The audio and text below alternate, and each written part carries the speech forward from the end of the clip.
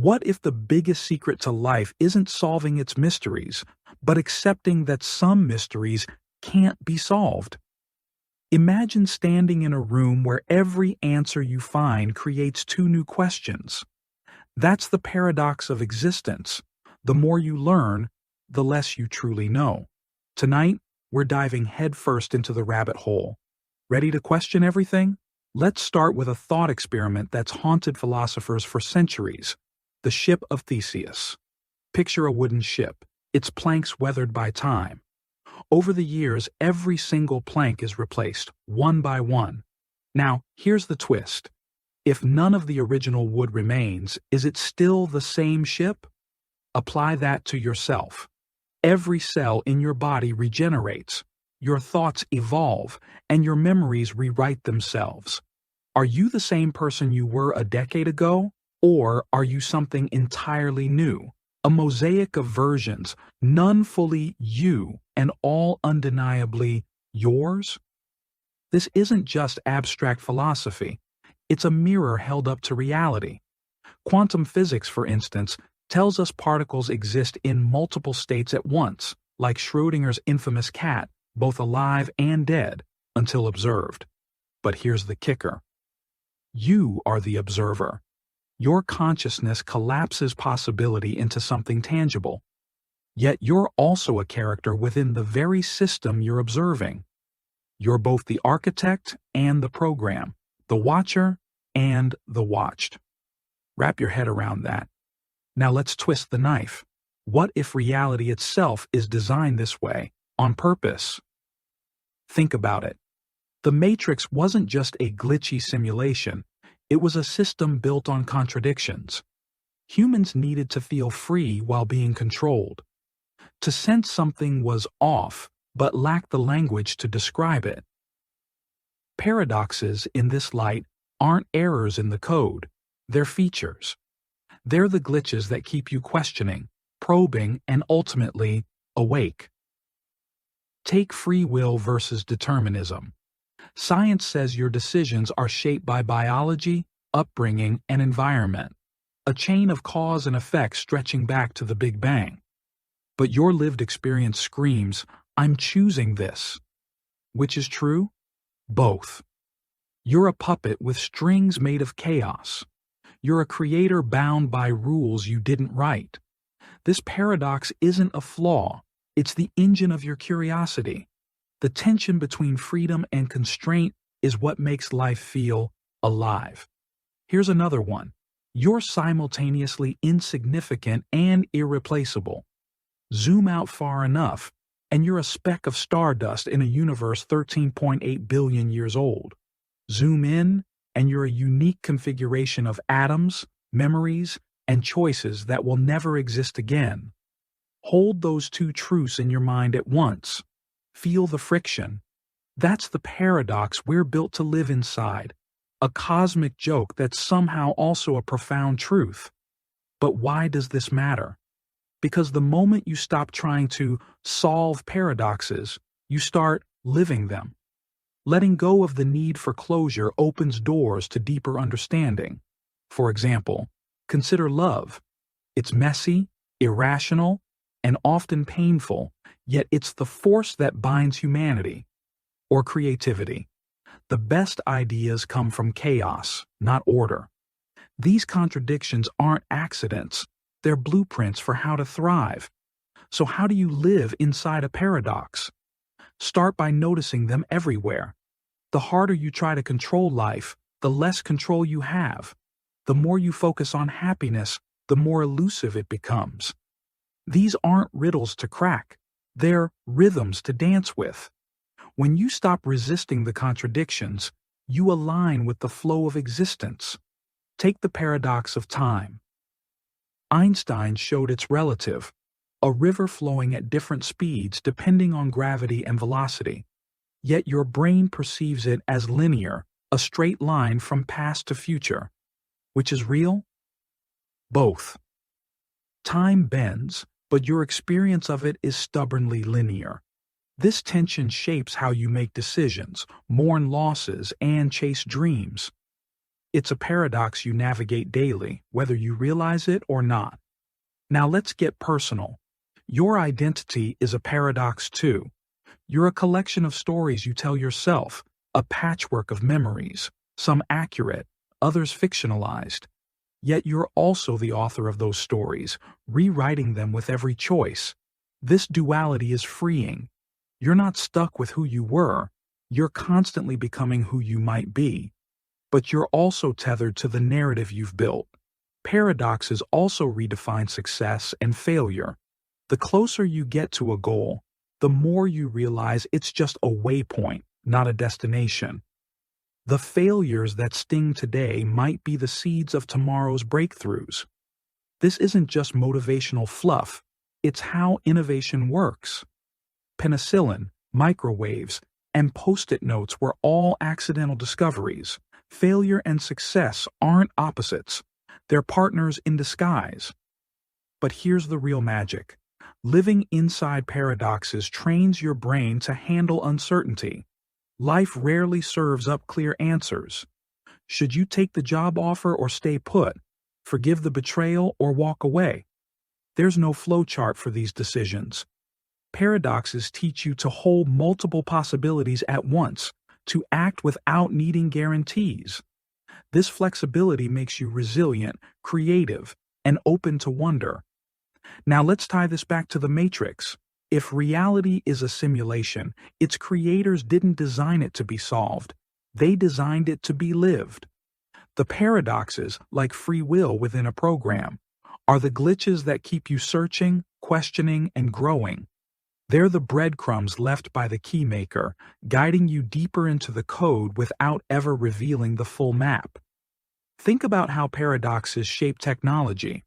AI, for instance, is built to learn, yet it can't truly know anything. It's a reflection of human input. Social media connects us globally, but isolates us emotionally. These contradictions aren't bugs, they're mirrors. They show us who we are, not by resolving the tension, but by forcing us to live within it. Here's a wilder idea. What if the universe itself is a paradox? The Big Bang suggests a beginning, but what came before that? If time started at the bang, asking before is nonsensical. Yet the question persists. You're wired to ask it. That's the paradox. You're trapped in a system that defies explanation, yet you're driven to explain it. Now let's bring this down to earth. Consider your daily habits. Brushing your teeth, scrolling through feeds, brewing coffee. These routines create order, but they're also acts of surrender. You don't question why you brush your teeth. You just do it. Yet, in that surrender, you find freedom. Paradoxes work the same way. They're routines of the mind, patterns that keep you grounded while the world spins. Another angle. Paradoxes in nature. Trees grow stronger when pruned. Forests thrive through destruction. Fire clears dead wood, allowing new growth. Even your body works this way. Muscles repair and grow only after being torn. Pain and progress are inseparable. But wait, what about morality? You're told to be yourself, but also to fit in, to speak up, and stay quiet, to plan ahead, yet live in the moment. These contradictions aren't contradictions at all. They're the poles of a magnet, opposing yet inseparable. Morality isn't a set of rules, it's a dance between extremes. Now, let's zoom out to the cosmic scale. You're made of stardust, atoms forged in supernovae. You're literally the universe experiencing itself. Yet you're also a fragile, temporary creature, here for a blink of an eye. How do you reconcile that? You don't. You live the paradox. Here's a challenge. Try holding two opposing ideas in your mind at once. I am in control, and I am not in control. I am alone, and I am connected. Feel the tension? That's where growth happens. That's where creativity sparks. That's where the code of life reveals its secrets. But how do you make peace with the unsolvable? By realizing that answers aren't the point. The act of questioning is swing. Paradoxes keep you curious, humble, and awake. They're the mental equivalent of standing at the edge of a cliff, staring into the abyss, not to jump, but to marvel at the view. Now, let's get practical. Living inside paradoxes means embracing ambiguity. It means making decisions without needing guarantees, trusting your gut even when logic says otherwise, forgiving yourself for being human, not a machine. But here's the catch. Paradoxes aren't just intellectual puzzles. They're emotional ones too. You love someone but need space. You crave stability but fear stagnation. These aren't flaws. They're the essence of being alive. Finally, let's tie this to sleep. Paradoxes exhaust the mind because they resist resolution. But what if sleep is the ultimate paradox? You let go of consciousness to regain clarity. You surrender control to heal. Tonight, as you drift off, lean into the mystery. Let the unresolved questions be. Trust that your subconscious, like the Matrix's code, will keep working while you rest. Which brings us to the next big question. If paradoxes shape our waking lives, what happens when we close our eyes? Could dreams be your subconscious mind's way of wrestling with the same contradictions? Stick around, because that's exactly where we're headed next. Welcome to The Key to Reading Your Dreams Like a Map. And prepare to wonder if your sleeping mind knows something your waking self hasn't figured out yet. Have you ever woken up from a dream and thought, "What the hell was that?" You're not alone. Most of us have experienced those strange, disjointed visions that leave us scratching our heads or laughing at their absurdity. But here's the thing. Dreams aren't just random flashes of nonsense. They might actually hold meaning. Think about it for a second. Your brain doesn't shut off when you fall asleep. Instead, it shifts gears, diving into the subconscious layers of your mind. And in those depths, something fascinating happens. Your inner world starts communicating with you through symbols, metaphors, and emotions. What if these dreams are like maps, guiding you toward deeper self-awareness? Let's take a step back and consider what dreams really are. At first glance, they seem chaotic. Scenes jumping from one bizarre scenario to another without rhyme or reason. One moment you're flying over mountains, and the next, you're sitting in high school math class unprepared for an exam. It feels random, doesn't it? But dig a little deeper, and you'll notice recurring themes or patterns. Maybe you often dream about being chased, or perhaps water shows up frequently. Oceans, rivers, rainstorms. These aren't accidents, they're clues. Your subconscious is trying to tell you something, but it speaks its own language, one made of images, feelings, and scenarios rather than words. So how do we begin decoding this language? First, let's talk about symbols. Symbols are basically shorthand for bigger ideas. For example, falling in a dream might represent fear of losing control. Being chased could symbolize avoidance, an issue in your waking life that you're running away from emotionally.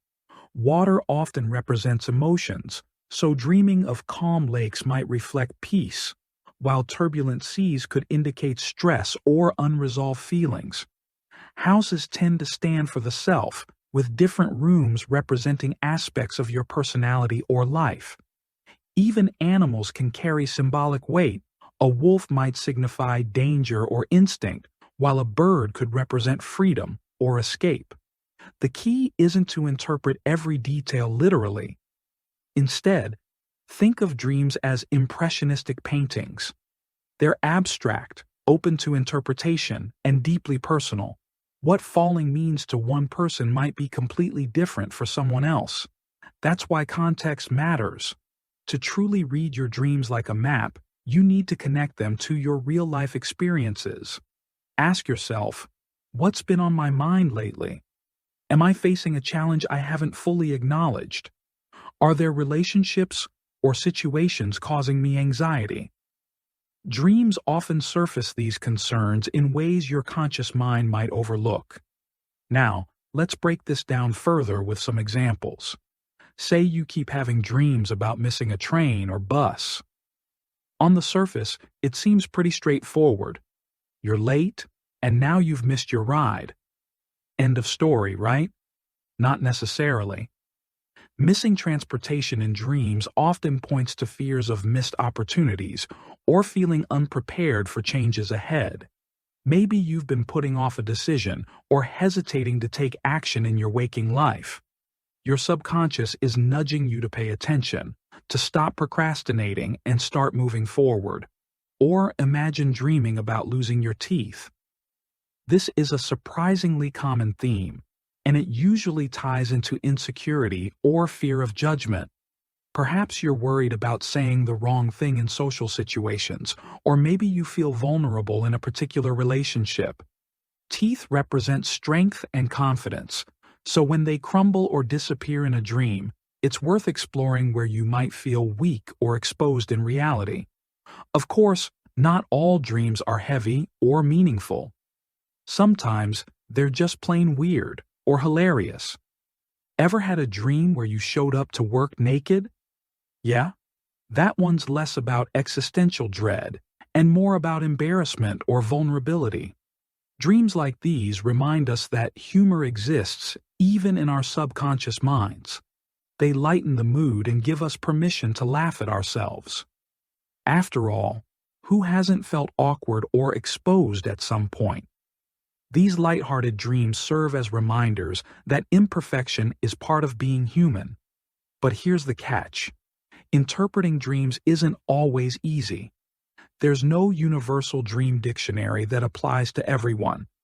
While certain symbols have general meanings, like water representing emotions, the specifics depend entirely on your individual perspective. Take fire, for instance. In some contexts, it might symbolize destruction or anger. In others, it could represent passion or transformation. The only way to know for sure is to reflect on your own associations with these symbols. What does fire mean to you? How does it make you feel? Do you associate it with warmth and light or fear and danger? Answering these questions helps you unlock the true message behind your dreams. This process of reflection is crucial because it bridges the gap between sleep and wakefulness. When you wake up from a vivid dream, don't dismiss it immediately. Take a minute to sit with it, jot down notes if you can, and ask yourself what stands out. Was there a strong emotion attached to the dream? Did a specific image stick with you? Over time, you'll start noticing connections between your dreams and your daily life. Patterns will emerge, revealing insights you might not have noticed otherwise. For example, let's say you recently went through a breakup. A few nights later, you dream about standing on the edge of a cliff, staring down at crashing waves below. At first, the dream might seem unrelated to your situation, but upon reflection, you realize the cliff represents uncertainty, while the waves mirror your turbulent emotions. Suddenly, the dream makes sense. It's processing your feelings about the breakup in a symbolic way. By recognizing this connection, you gain clarity about your emotional state and can begin addressing any lingering pain or confusion. Dreams also act as problem-solving tools. Have you ever gone to bed frustrated by a challenge, only to wake up with a fresh perspective? That's your subconscious working overtime while you rest. During REM sleep, the stage of sleep where most dreaming occurs, your brain consolidates memories, processes information, and explores creative solutions. This is why many artists, writers, and inventors credit their dreams with inspiring breakthroughs.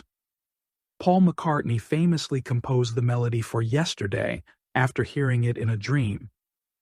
Dmitri Mendeleev reportedly envisioned the periodic table during a dreamlike state. So if you're stuck on a project or struggling to find answers, paying attention to your dreams might help spark new ideas. Beyond creativity, dreams offer emotional healing too. They provide a safe space to confront fears, process trauma, and release pent-up emotions. Imagine dealing with grief after losing a loved one.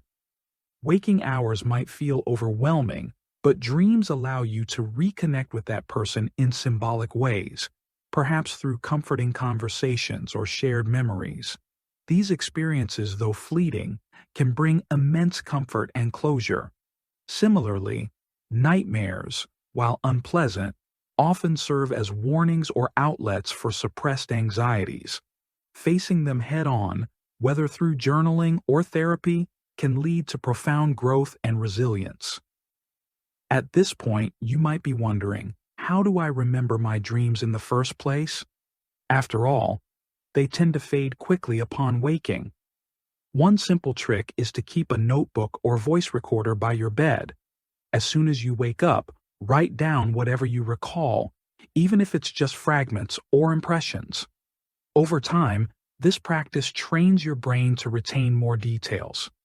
Another helpful tip is to set an intention before falling asleep.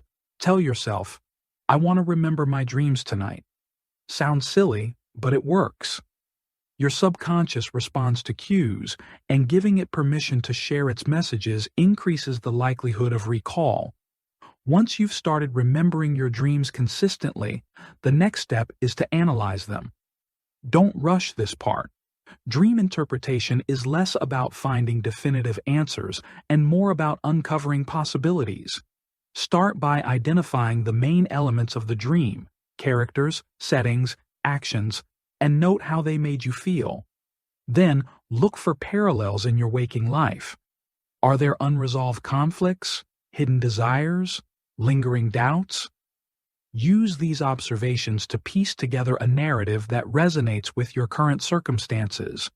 Remember, patience is essential. Decoding dreams takes time and practice. Some nights, you'll wake up with crystal-clear visions that practically scream their meaning. Other times, you'll be left scratching your head, unsure of what to make of a jumbled mess of images. That's okay. Even the strangest dreams contribute to your overall understanding of yourself. Each one adds a layer to the map, helping you navigate the terrain of your subconscious mind. Which brings us to the broader implications of reading your dreams like a map. Beyond personal insight, this practice fosters mindfulness and presence.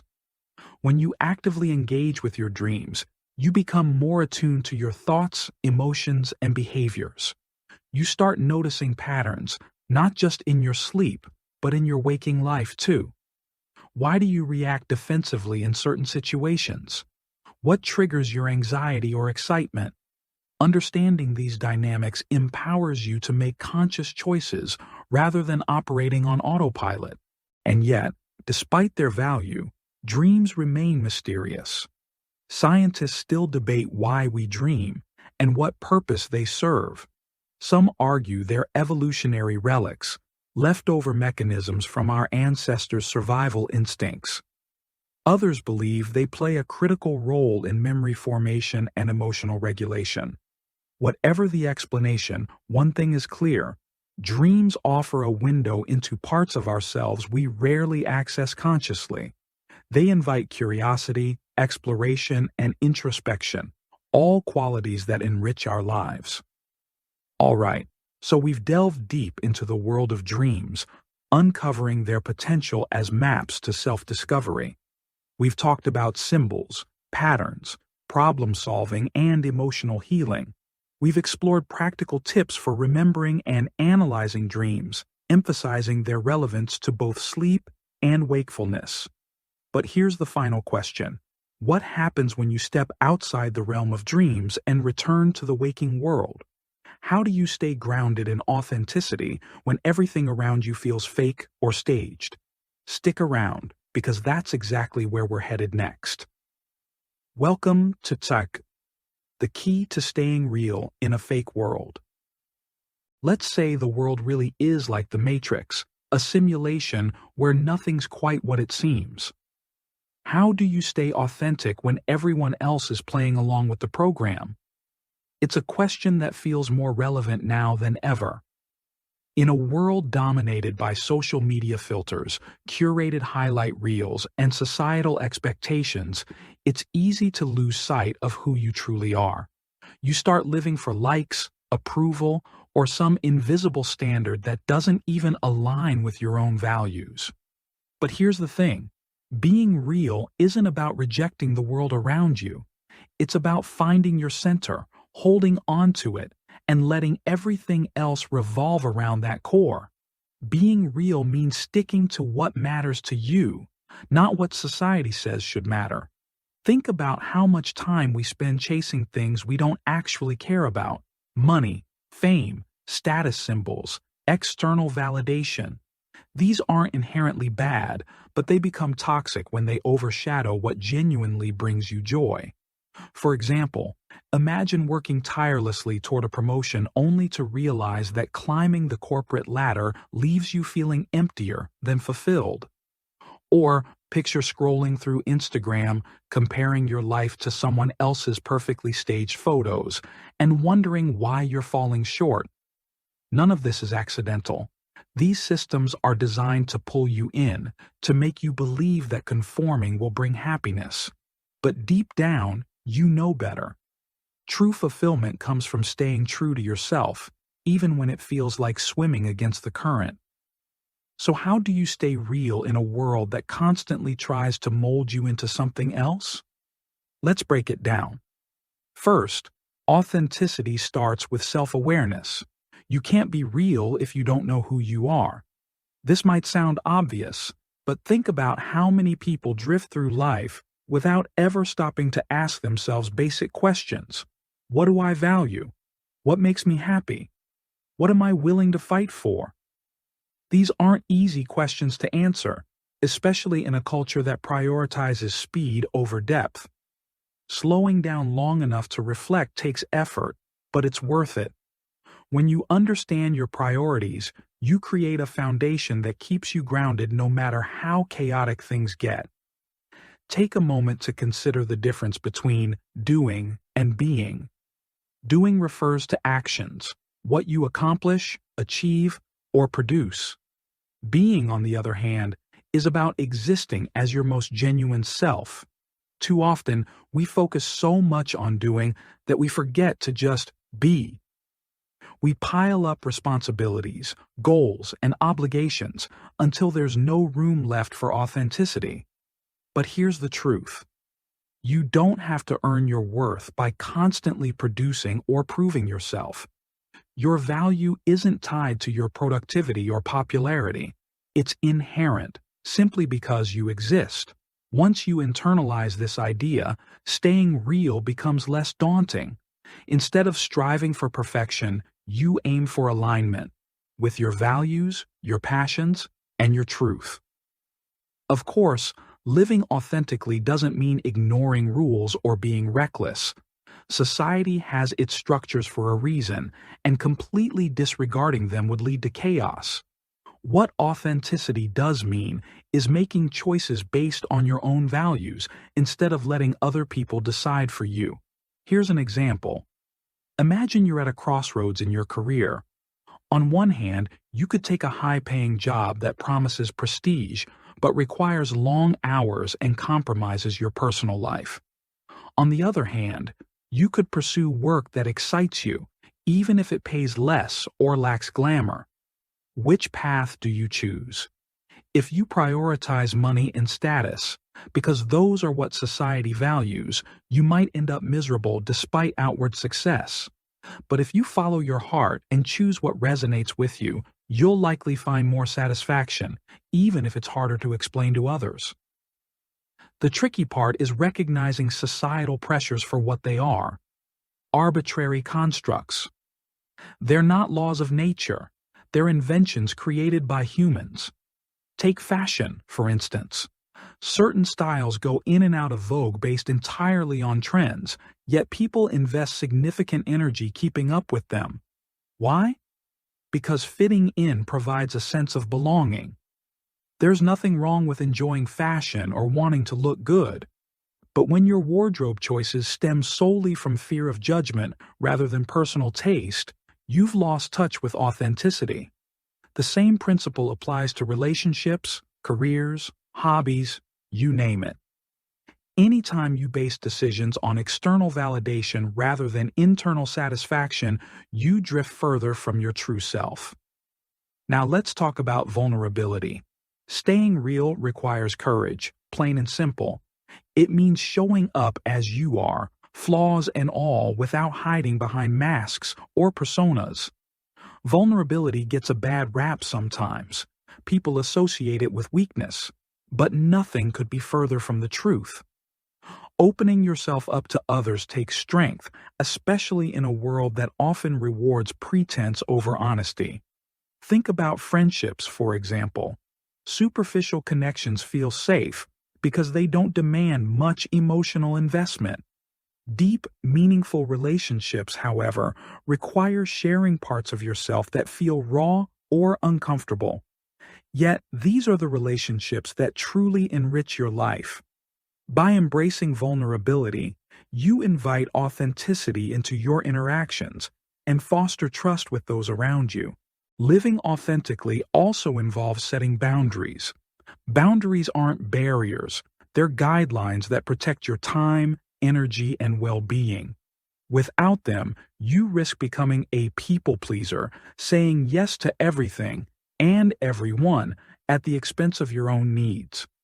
Picture someone who agrees to every request thrown their way, hosting events, taking on extra projects, lending money, offering support. At first glance, they seem generous and kind. But over time, this behavior leads to burnout, resentment, and a loss of identity. Setting boundaries allows you to preserve your authenticity by ensuring you're acting from a place of choice rather than obligation. It's not selfish, it's necessary. Another crucial aspect of staying real is learning to embrace imperfection. Perfectionism is one of the biggest enemies of authenticity because it sets unrealistic standards that no one can meet. When you obsess over getting everything right, you stifle creativity, spontaneity, and growth. Mistakes become failures instead of opportunities to learn. Authenticity flips this script by celebrating humanity in all its messy glory. You don't have to be polished or flawless to be valuable. In fact, your quirks and imperfections are what make you unique. Embracing them frees you from the pressure to conform and reminds you that being real is far more appealing than pretending to be perfect. At this point, you might be thinking, "This sounds great in theory, but how do I actually implement it?" Fair question. Like any skill, authenticity takes practice. Start small. Notice moments when you catch yourself seeking approval or suppressing your true feelings. Instead of defaulting to autopilot, pause and ask yourself, what do I want right now? What feels right for me? Over time, these micro decisions add up, reinforcing your ability to stay true to yourself. Journaling can help too. It gives you space to process thoughts and identify patterns. Surround yourself with people who encourage authenticity and challenge you to grow. And remember, it's okay to stumble. No one stays perfectly aligned with their values 100% of the time. What matters is the intention behind your actions and the willingness to course correct when needed. One final note. Staying real isn't a solo endeavor. While authenticity begins within, it thrives in community. Humans are social creatures. We crave connection and shared experiences. When you live authentically, you inspire others to do the same. Imagine walking into a room full of people wearing metaphorical masks, each trying to project an image of confidence or success. Now picture someone entering who radiates genuineness. Their presence shifts the energy of the entire space. Authenticity is contagious in the best possible way. It creates ripples, encouraging those around you to drop their facades and show up as themselves too. Which brings us to the broader implications of staying real in a fake world. Beyond individual benefits, authenticity fosters collective change. Societies evolve when individuals dare to question norms and redefine what's possible. Every movement throughout history, from civil rights to environmental activism, started with someone refusing to accept the status quo. Authenticity fuels innovation, empathy, and progress. It challenges us to build systems that honor human dignity rather than exploit it. So while staying real might feel like a personal journey, it has the power to transform the world around you. All right, so we've explored what it means to stay real in a fake world. We've talked about self-awareness, vulnerability, boundaries, imperfection, and the ripple effects of authenticity. But here's the next big question. What happens when logic and gut feelings clash? Life rarely offers clear-cut answers, and balancing head and heart can feel like walking a tightrope. Stick around, because that's exactly where we're headed next. Welcome to the key to balancing head and heart. Ever had a fight between your brain and your gut? Like, your brain says one thing, but deep down, you feel something completely different. Which one do you trust? It's a question most of us wrestle with at some point in our lives. On one side, there's logic, the cold, calculating voice that demands evidence, reasoning, and facts before making any move. On the other side, there's intuition, the warm, instinctual pull that whispers truths without needing proof. Both are powerful tools for navigating life, but they don't always play nice together. Sometimes it feels like choosing between being smart or being true to yourself. But what if you didn't have to choose? What if instead you learned how to balance head and heart? Let's start by breaking this down. Your brain is like a scientist. It thrives on data, analysis, and careful consideration. When faced with a decision, it weighs pros and cons, calculates risks, and seeks out patterns to predict outcomes. This logical approach has its advantages. After all, relying on reason helps us avoid impulsive mistakes. For example, imagine someone offering you an investment opportunity that sounds too good to be true. Your brain kicks in, reminding you to research the details, check credentials, and consult experts before handing over your hard-earned money. Without logic, you'd be vulnerable to scams, poor judgment calls, and reckless behavior. But here's the flip side. Sometimes logic falls short. Life isn't always neat and tidy, and not every situation comes with clear-cut answers. That's where your gut, or intuition, steps in. Intuition operates differently from logic. Instead of crunching numbers or analyzing charts, it taps into subconscious knowledge, emotional intelligence, and accumulated experiences. It's that quiet knowing you feel when something just doesn't sit right, even if you can't pinpoint why. Ever walked into a room and immediately sensed tension, even though no one said a word? Or felt drawn to a particular path despite lacking concrete reasons? That's your intuition speaking up, often faster than your conscious mind can process. The challenge arises because these two forces, the head and the heart, frequently contradict each other. Picture this scenario. You're offered a job in a new city. Logically, it makes sense. The salary is better, the position aligns with your career goals, and the company has a stellar reputation. But emotionally, you hesitate. Leaving behind friends, family, and familiarity feels scary. Your brain argues that growth requires stepping outside your comfort zone, while your gut warns you about potential loneliness or burnout. Who do you listen to?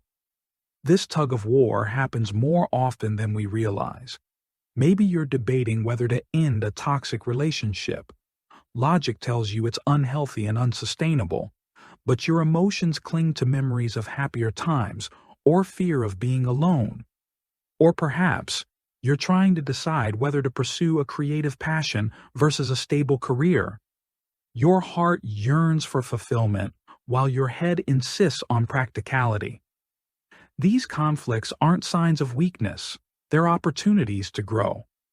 Learning to balance head and heart means understanding their strengths and limitations, then finding harmony between them. So, how do you strike that balance? First, acknowledge that neither logic nor intuition is inherently superior. Each serves a purpose, and dismissing one entirely leaves you lopsided. Think of them as teammates rather than rivals. When used together, they complement each other beautifully. For instance, let's revisit the job offer dilemma. Instead of pitting your brain against your gut, try integrating both perspectives. Start by gathering information, research the role, evaluate long-term benefits, and weigh financial stability. Then, tune into your emotions. Ask yourself, how does this decision make me feel? Excited? Anxious? Indifferent? If fear dominates, dig deeper. Is it fear of failure, change, or losing security? Understanding the root cause allows you to address it constructively. Next, practice mindfulness.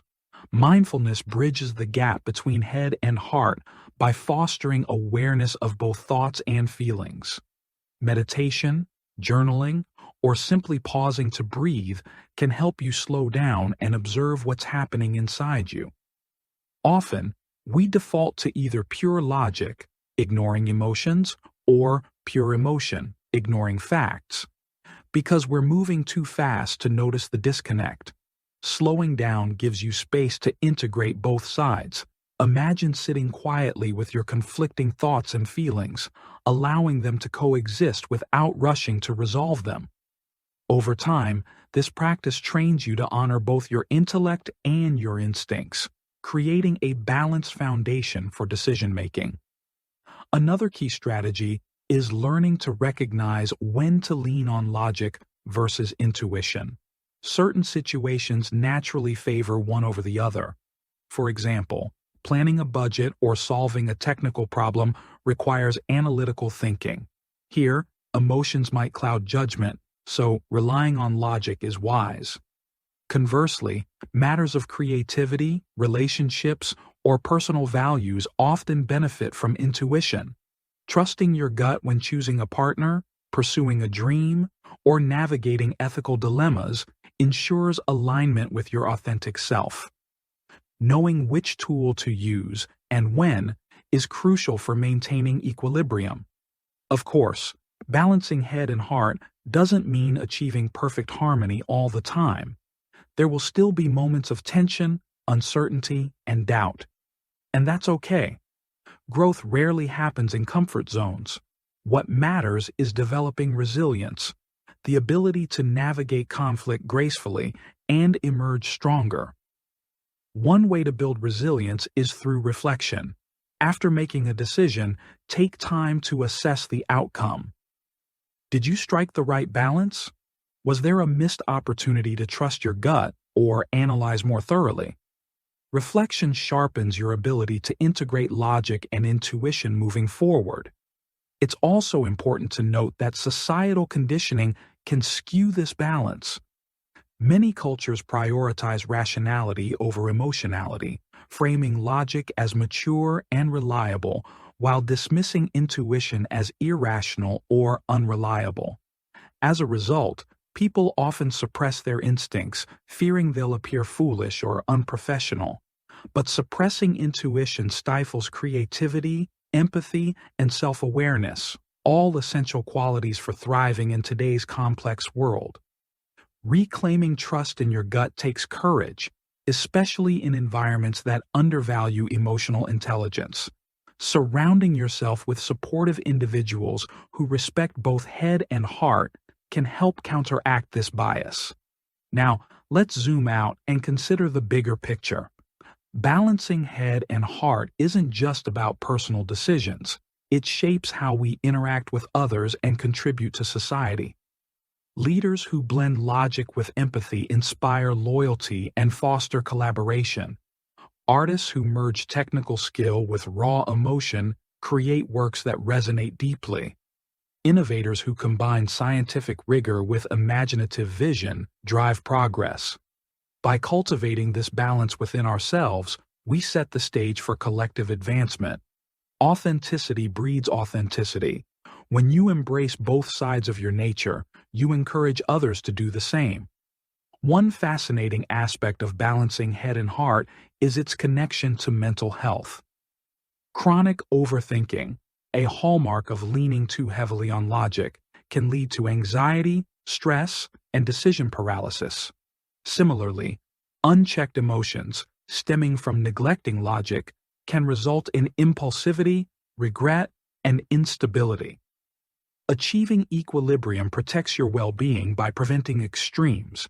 It promotes clarity, confidence, and peace of mind. Rather than oscillating between extremes, you develop a steady center that anchors you during turbulent times. Finally, let's talk about trust. Trusting yourself is foundational to balancing head and heart. Too often, we look outward for validation, seeking external approval to confirm our choices. But true empowerment comes from trusting your inner compass, the unique blend of logic and intuition that defines you. Building this trust takes practice, patience, and self-compassion. Celebrate small victories along the way, like successfully navigating a tough decision or recognizing when to prioritize emotion over reason. Over time, these wins accumulate, reinforcing your belief in your ability to handle whatever life throws your way, which brings us back to the broader implications of balancing head and heart. Beyond individual growth, this balance fosters connection. When you operate from a place of integration, honoring both thought and feeling, you show up more fully in relationships. You communicate with greater empathy, make decisions with integrity, and navigate conflicts with wisdom. This ripple effect extends beyond personal interactions, influencing communities, workplaces, and societies. Balanced individuals create balanced systems, paving the way for healthier, more harmonious environments. Alright, so we've explored what it means to balance head and heart. We've talked about their respective roles, strategies for integration, societal influences, and the impact on mental health and relationships. But here's the next big question. What happens when individual minds join forces? Humans are wired for connection, and when we tap into shared knowledge and collective insight, extraordinary things happen. Stick around, because that's exactly where we're headed next. Welcome to the key to tapping into humanity's hive mind. Imagine if you could download knowledge from everyone who's ever lived. Sounds crazy, right? Like something out of a sci-fi movie where people jack into a giant digital brain and instantly know everything there is to know. But here's the twist. We already kind of do this, just in a slower, more organic way. Every invention, discovery, piece of art, or breakthrough idea didn't come out of nowhere. It built on what came before. Ancient myths, scientific theories, even memes, they're all part of an invisible network connecting us across time and space. It's like we're all plugged into one big hive mind, borrowing, tweaking, and improving on each other's work. And once you realize how deeply interconnected we are, it changes the way you see the world and yourself. Let's start by unpacking what this hive mind really means. Think about it. No human being operates in a vacuum. Even the most isolated individuals draw inspiration from the collective pool of human experience. This isn't some abstract concept. It happens every day, whether you notice it or not. Take language, for example. Words themselves are shared tools passed down through generations. When you speak or write, you're using symbols invented centuries ago, refined over time, and now woven into your daily life. Without realizing it, you're participating in a system that connects you to billions of others, both living and dead. But it goes deeper than language. Consider inventions. The smartphone in your pocket didn't appear out of thin air. It evolved from decades, and arguably centuries, of technological progress. Someone figured out electricity. Someone else developed circuits. Then came transistors, microchips, touchscreens. The list goes on. Each step relied on previous discoveries, building toward the sleek device you use today. And none of those innovators worked alone. They stood on the shoulders of giants, borrowing ideas, solving problems, and pushing boundaries collectively. Even creativity follows this pattern. Artists, writers, musicians, all of them dip into the same well of inspiration. A painter might borrow techniques from Renaissance masters while adding their own modern spin. A songwriter might channel the emotional depth of blues legends while crafting lyrics that resonate with contemporary audiences. These acts of creation aren't isolated bursts of genius. They're threads in a vast tapestry of human expression. Everything you create is influenced by what you've seen, heard, and experienced, and ultimately, by what others have created before you. Now let's zoom out even further. What about the stories we tell? Myths, legends, fables? They've been around as long as humans have had language, and they still hold power today. Why? Because they tap into universal truths about love, fear, courage, and survival. Take the hero's journey, for instance, a narrative structure found in countless tales from ancient epics like the Odyssey to modern blockbusters like Star Wars. The details change, but the core message remains the same. Growth comes through struggle. These timeless patterns remind us that, despite our differences, we share common hopes, fears, and struggles. Stories connect us across cultures and eras, proving that wisdom transcends individual lifetimes. So why does any of this matter? Recognizing humanity's hive mind shifts your perspective in profound ways. For one, it reminds you that you're never truly alone. Whatever challenge you're facing, whether it's personal, professional, or existential, someone somewhere has likely dealt with something similar. Their solutions, or failures, can guide you. All you have to do is listen. This realization takes the pressure off trying to reinvent the wheel every time you encounter a problem.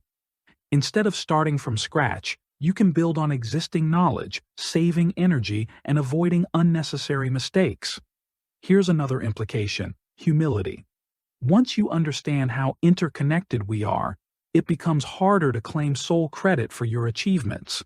Sure, you put in the effort, but how much of your success stems from resources, ideas, or opportunities handed down to you? Maybe your education benefited from centuries of accumulated knowledge. Maybe your career leverages technologies developed by teams of people you'll never meet. Acknowledging this debt doesn't diminish your accomplishments, it enriches them. It fosters gratitude and reinforces the idea that we're all part of something bigger than ourselves. This sense of connection also combats loneliness. In a world increasingly dominated by screens and superficial interactions, it's easy to feel isolated. But knowing that you're part of a global web of shared experiences offers comfort. You don't have to solve every problem on your own. You don't have to carry every burden alone. There are mentors, role models, and communities waiting to support you if you're willing to reach out. Whether it's reading a book written by someone who's walked a similar path or joining a group of like-minded individuals, tapping into humanity's hive mind brings strength and solidarity. Of course, accessing this collective wisdom requires intentionality. Unlike plugging into a literal database, drawing from the hive mind takes effort. One way to start is by consuming diverse perspectives. Read books outside your usual genre. Watch documentaries about unfamiliar topics. Listen to podcasts featuring voices different from your own. Exposure to varied viewpoints broadens your understanding and sharpens your ability to synthesize information. Over time, you'll notice patterns emerging, common themes, recurring challenges, and universal insights that cut across disciplines and demographics. Another powerful tool is conversation. Talking to people, not just small talk, but meaningful dialogue, opens doors to new ideas and approaches. Ask questions, share your thoughts, be curious about others' experiences. Often, the best insights come from unexpected places. A casual chat with a stranger might spark an idea you'd never considered. A mentor's advice could save you years of trial and error. Conversations weave together individual threads, creating a richer, more vibrant tapestry of shared knowledge. Technology amplifies this process exponentially. Thanks to the internet, access to humanity's hive mind has never been easier. Need to learn a skill? YouTube tutorials abound. Struggling with a coding issue? Stack Overflow has answers. Curious about history, science, philosophy? Wikipedia, online courses, and forums provide endless opportunities for exploration. Of course, with great power comes responsibility. Not everything online is accurate or trustworthy, so critical thinking remains essential. But when used wisely, technology democratizes access to collective wisdom, empowering anyone with curiosity and determination to grow. Now let's talk about collaboration. While individual brilliance certainly exists, many of humanity's greatest achievements result from teamwork. Think about the Apollo moon landing, the Human Genome Project, or open-source software development. None of these feats would have been possible without groups pooling their expertise and working toward a shared goal. Collaboration multiplies impact, combining strengths and compensating for weaknesses. When individuals contribute their unique skills to a larger mission, the whole becomes greater than the sum of its parts. Collaboration also fosters empathy, a crucial ingredient for thriving within the hive mind. Working alongside others exposes you to their perspectives, struggles, and triumphs. It teaches patience, compromise, and mutual respect. These qualities strengthen relationships and enhance productivity, creating environments where innovation flourishes. Empathy bridges divides, transforming competition into cooperation and isolation into inclusion. One final aspect worth exploring is legacy. By contributing to humanity's hive mind, you leave a mark that extends beyond your lifetime. Your ideas, creations, and actions ripple outward, influencing future generations. Perhaps you'll write a book that inspires someone decades from now. Or maybe your research will pave the way for groundbreaking discoveries. Even small acts of kindness, offering guidance, sharing expertise, lending a hand, add to the collective reservoir of goodwill. Legacy isn't about fame or recognition. It's about making deposits into the bank of shared human experience, ensuring that others benefit from your contributions long after you're gone. Which brings us to the broader implications of tapping into humanity's hive mind. Beyond personal growth, this awareness fuels societal progress. When individuals recognize their place within the larger web of existence, they become stewards of collective well-being. Environmental activism, social justice movements, medical breakthroughs, all stem from people harnessing shared knowledge and working together toward common goals. Unity, diversity, and interdependence form the foundation of sustainable change. By embracing our interconnectedness, we unlock humanity's full potential. All right, so we've explored what it means to tap into humanity's hive mind. We've talked about how knowledge accumulates, the importance of humility and collaboration, and the role of technology in amplifying access to shared wisdom. But here's the next big question. What happens when noise overwhelms clarity? In a world saturated with information, silence often feels uncomfortable, but it holds immense power. Stick around because that's exactly where we're headed next. Welcome to the key to unlocking silence's secrets. Noise is everywhere. Phones buzzing, cars honking, people yelling. It's relentless. Even when you're alone, there's often some kind of background hum. the whir of a refrigerator, the faint buzz of electricity, or the endless chatter inside your own head. But silence? That's rare. And when you find it, weird things start happening in your mind. At first, it might feel uncomfortable, almost unsettling. Without distractions to occupy your attention, you become hyper-aware of everything. The sound of your breathing, the rhythm of your heartbeat, the swirl of thoughts racing through your brain. But stick with it long enough, and something remarkable happens. Silence isn't just an absence of noise, it's a presence all its own, a space where clarity, creativity, and calm can emerge. Let's break this down. What exactly happens when you step away from the constant barrage of input and give yourself permission to be still? First, silence gives your brain a break. Think about how overwhelming modern life can feel.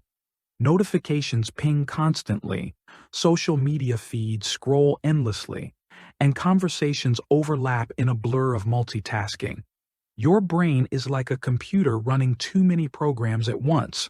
It slows down, overheats, and eventually crashes.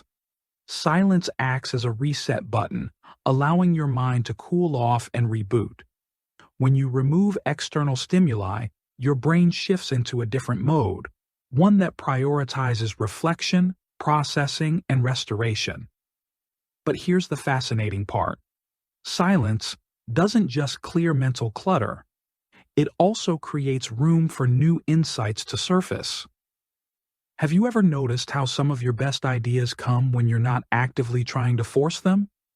Maybe you're taking a shower, going for a walk, or lying awake at night, and suddenly, out of nowhere, a solution to a problem clicks into place.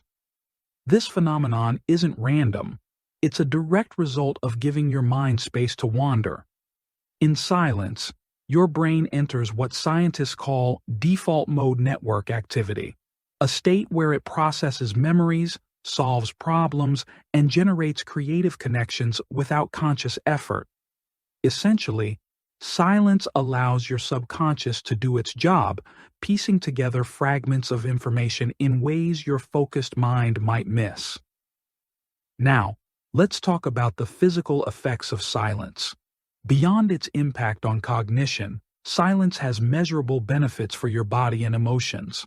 Studies show that prolonged exposure to noise increases stress levels, raises blood pressure, and disrupts sleep patterns.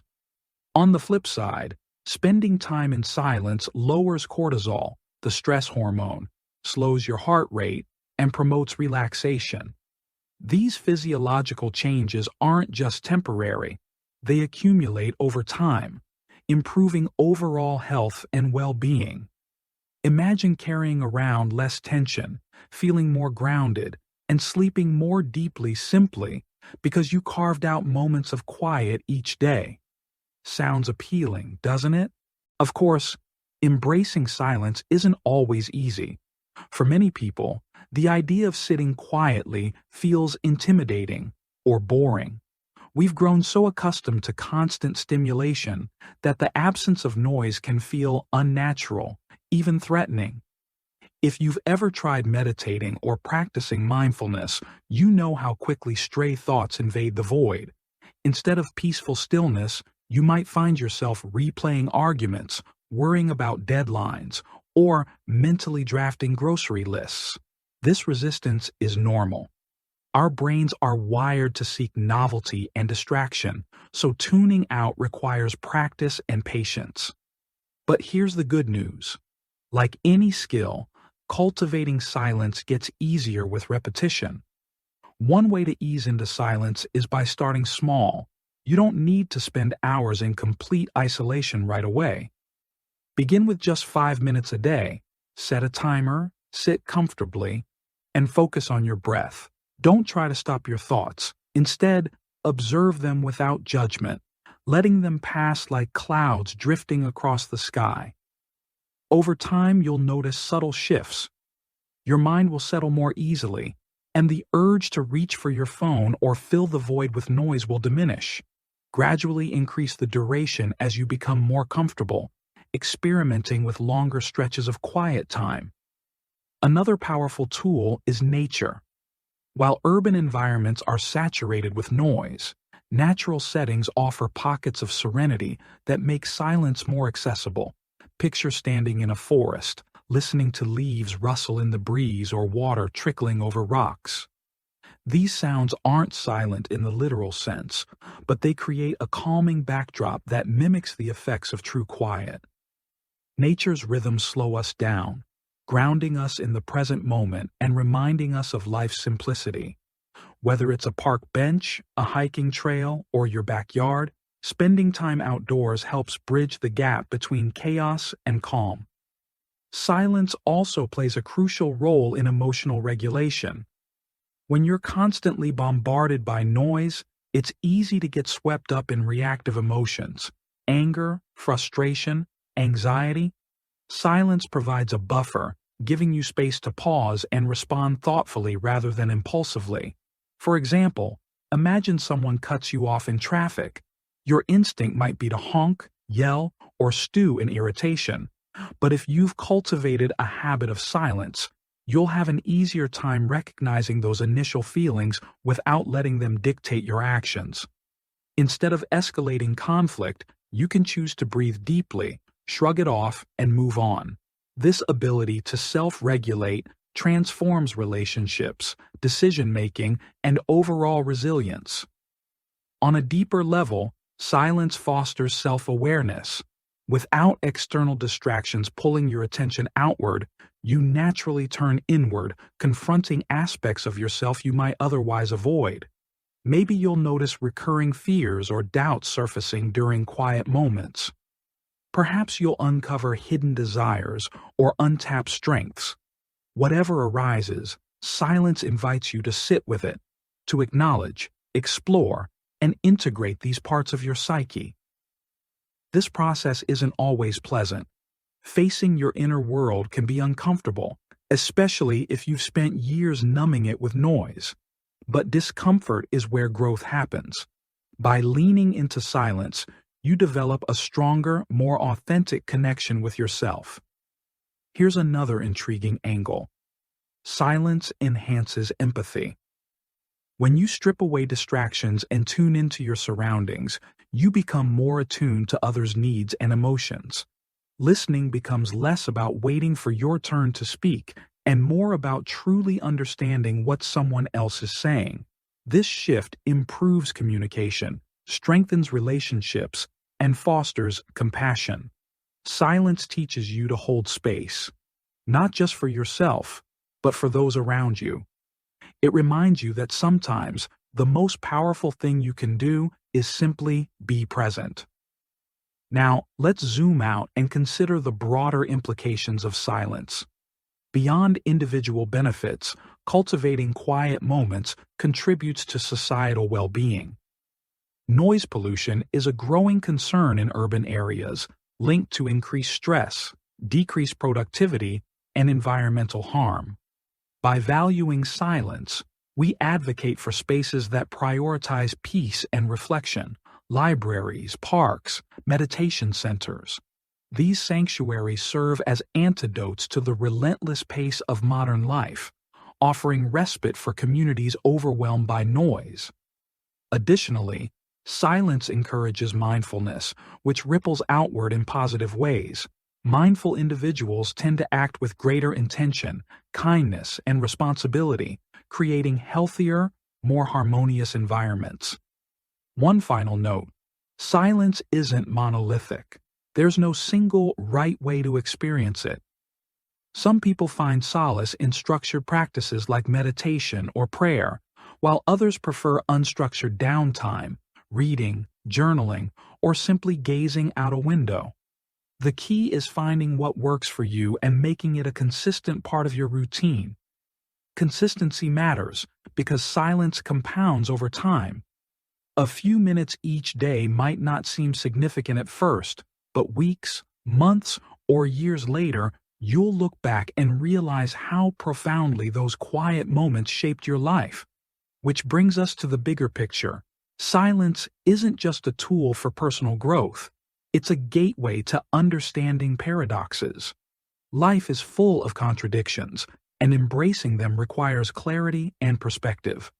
Without silence, it's easy to get caught up in binary thinking, seeing issues as black and white rather than shades of gray. But when you cultivate stillness, you open yourself to nuance, complexity, and deeper truths. Stick around because that's exactly where we're headed next.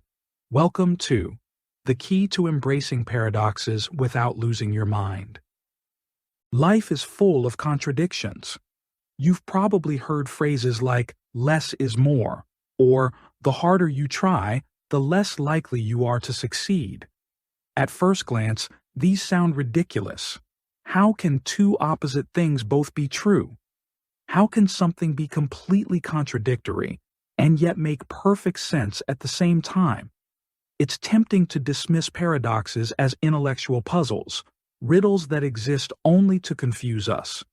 But what if they're not just confusing anomalies? What if paradoxes are actually shortcuts to deeper understanding, tools that help us navigate the messy, unpredictable terrain of life? Let's start by breaking down what a paradox really is. A paradox occurs when two seemingly opposing truths coexist without canceling each other out. Think about vulnerability, for example. Being vulnerable, opening yourself up emotionally, admitting your fears, or sharing your weaknesses can feel like exposing your soft underbelly to the world. In that moment, it seems risky, even dangerous. Yet paradoxically, vulnerability is also one of the most powerful ways to build trust and connection. When you let someone see your authentic self, flaws and all, it creates intimacy and strengthens relationships. So which is it? Does vulnerability make you weak, or does it make you stronger? The answer, strangely enough, is both. This duality isn't limited to emotions. It shows up everywhere. Take failure, for instance. On the surface, failing feels like losing, like falling short of your goals. And in the immediate aftermath, it often hurts. A lot. But dig a little deeper, and you'll find that failure is also a teacher. Every mistake holds lessons about what works and what doesn't, about resilience and adaptability. Some of the greatest successes in history came after repeated failures. Thomas Edison famously said, "I have not failed. I've just found 10,000 ways that won't work." Failure might sting in the short term, but it's often the fastest route to growth and innovation. Again, we're faced with a paradox. Failure feels like defeat, but it's also a stepping stone to success. So why does this matter? Why should we care about embracing paradoxes instead of rejecting them as illogical? Because life itself operates in shades of gray, not black and white. Reality rarely conforms to neat categories or binary thinking. By accepting paradoxes, we train ourselves to handle complexity without getting overwhelmed. Instead of trying to force everything into rigid boxes, right or wrong, good or bad, win or lose, we learn to see the interplay between opposites. This flexibility frees us from unnecessary mental gridlock, allowing us to approach problems with creativity and nuance. Here's another example: control versus surrender. Most of us crave control. We want to plan our lives, predict outcomes, and eliminate uncertainty. Control gives us a sense of security, a feeling that we're steering the ship. But here's the paradox. The tighter you cling to control, the less freedom you have. Surrendering, letting go of the need to micromanage every detail, often leads to better results. For instance, imagine trying to meditate for the first time. If you obsess over clearing your mind, forcing yourself to focus, you'll likely end up frustrated. But if you relax, allow thoughts to come and go without judgment, you'll find peace naturally emerges. Control and surrender aren't enemies. They're partners in a delicate dance. Each has its place, and mastering their balance unlocks new levels of clarity and ease. Paradoxes also challenge us to expand our perspective. Consider the concept of strength through weakness. In many cultures, strength is equated with dominance, power, and invulnerability. Weakness, on the other hand, is seen as undesirable, a flaw to be hidden or fixed. But what if weakness isn't a liability? What if it's actually a source of strength? Think about someone who admits they don't know something and asks for help. That act of humility opens doors to learning, collaboration, and growth. Or consider leaders who acknowledge their limitations and surround themselves with people whose strengths complement their own. Their willingness to embrace their weaknesses makes them stronger as a team. Once again, the paradox holds. Strength lies in acknowledging weakness. Now let's talk about the practical implications of embracing paradoxes. One of the biggest benefits is mental flexibility. Life constantly throws curveballs, presenting situations where straightforward solutions don't exist. Learning to hold opposing truths in tension prepares you for these moments. Instead of freezing up or defaulting to extremes, you develop the ability to navigate ambiguity with grace. For example, imagine facing a moral dilemma where both options have valid arguments. A rigid mindset would demand choosing one side over the other, potentially leading to regret or conflict. But a paradoxical mindset allows you to weigh the nuances, finding a middle path that honors both perspectives. Embracing paradoxes also fosters empathy. When you recognize that truth isn't always absolute, that multiple viewpoints can coexist, you become more open to others' experiences and beliefs. This openness breaks down barriers, bridging divides between individuals and communities. For instance, political debates often devolve into shouting matches because participants insist their viewpoint is the only valid one. Introducing the idea of paradox, acknowledging that both sides may contain elements of truth, creates space for dialogue and compromise. It shifts the conversation from competition to collaboration, paving the way for mutual understanding. Of course, embracing paradoxes isn't always easy. Our brains crave certainty, and paradoxes disrupt that craving by highlighting contradictions. This discomfort can trigger resistance, making us double down on one side of the equation while dismissing the other. Overcoming this tendency takes practice. Start by noticing paradoxes in everyday life. Pay attention to moments where opposites seem to coexist: light and shadow, chaos and order, effort and ease. Reflect on how these dualities shape your experience. Over time, you'll begin to see patterns, recognizing that paradoxes aren't exceptions, they're fundamental to existence. Another helpful strategy is reframing paradoxes as opportunities rather than obstacles. Instead of viewing them as confusing or frustrating, treat them as invitations to explore deeper truths. Ask questions like, what am I missing here? How might these opposites complement each other? What can I learn from holding both perspectives simultaneously? These inquiries shift your focus from confusion to curiosity, transforming paradoxes into catalysts for growth. Now, let's zoom out and consider the broader impact of embracing paradoxes. Beyond personal development, this mindset contributes to societal progress. Many of humanity's greatest challenges, climate change, inequality, technological ethics, are inherently complex, requiring nuanced approaches that transcend simplistic solutions. By fostering a culture that values paradoxical thinking, we encourage innovation, inclusivity, and sustainability. Problems that once seemed insurmountable become solvable when viewed through the lens of interconnected truths. One final thought. Paradoxes remind us of life's inherent mystery. No matter how much we strive to understand the universe, there will always be aspects that defy explanation.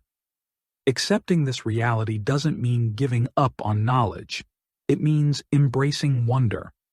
There's beauty in the unknown, in the tension between opposites. Paradoxes invite us to marvel at the complexity of existence, to appreciate the intricate web of relationships that binds us all together. Which brings us to the next big question. What happens when we stop taking life so seriously and start playing with it? Playfulness isn't just for kids. It's a powerful tool for discovering meaning in unexpected places. Stick around, because that's exactly where we're headed next. Welcome to The Key to Finding Meaning Through Play.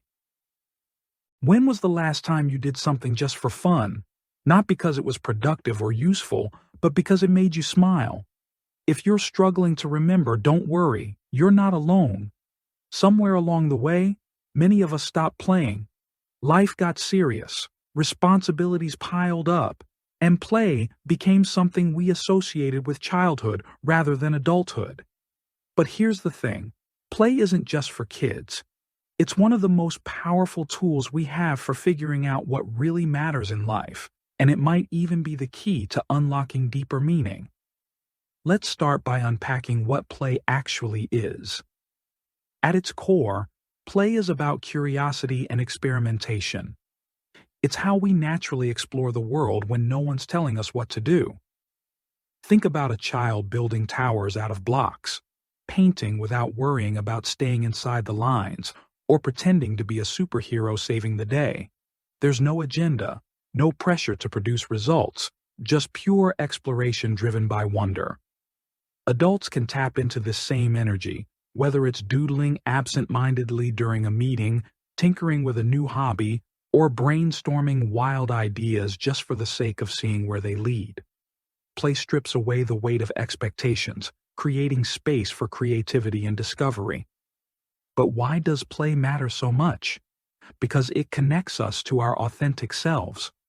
When you're fully immersed in play, you're not thinking about utility or productivity. You're simply experiencing the joy of doing something for its own sake. This state of flow, as psychologists call it, allows you to access parts of yourself that often get buried under deadlines, obligations, and societal pressures. In those moments, you're not trying to impress anyone or achieve some external goal. You're free to be curious, to take risks, and to embrace uncertainty without fear of failure. And guess what? That freedom opens doors to insights you'd never find through sheer effort alone. Take art, for example. Doodling might seem like a trivial activity, but it can reveal surprising things about your inner world. Maybe you notice recurring shapes or symbols in your sketches that reflect subconscious thoughts or emotions. Or perhaps you discover a passion for drawing that leads you down an unexpected path. The act of playing with lines and colors taps into intuition, bypassing the analytical mind and giving your subconscious room to express itself. Similarly, building something, whether it's a Lego masterpiece, a piece of furniture, or a coding project, lets you experiment with structure and form in ways that foster problem-solving skills and resilience. These small acts of creation carry meaning because they're expressions of who you are at your core. Play also helps us navigate challenges with less stress. Life throws obstacles at us constantly: work projects gone awry, relationship conflicts, personal setbacks. Approaching these situations with a playful mindset shifts the dynamic. Instead of fixating on outcomes or fearing failure, you focus on the process, the journey of figuring things out step by step. Imagine tackling a tough problem at work. If you approach it rigidly, determined to get it right from the start, you'll likely feel overwhelmed and stuck. But if you treat it like a puzzle, experimenting with different solutions and enjoying the trial and error phase, you'll stay engaged and energized. Solutions often emerge organically when you stop forcing them and let your mind wander freely. One fascinating aspect of play is its ability to spark innovation. Some of history's greatest breakthroughs came from people who weren't afraid to mess around with ideas.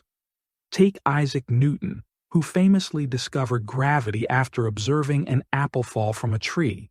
Or consider Steve Jobs, whose love for calligraphy inspired the typography design of early Macintosh computers. These moments of genius didn't come from sitting at a desk and grinding out answers. They arose from playful exploration, from following whims and hunches without knowing exactly where they'd lead. Play lowers inhibitions, encouraging risk-taking and unconventional thinking. It reminds us that mistakes aren't failures, they're stepping stones toward discovery.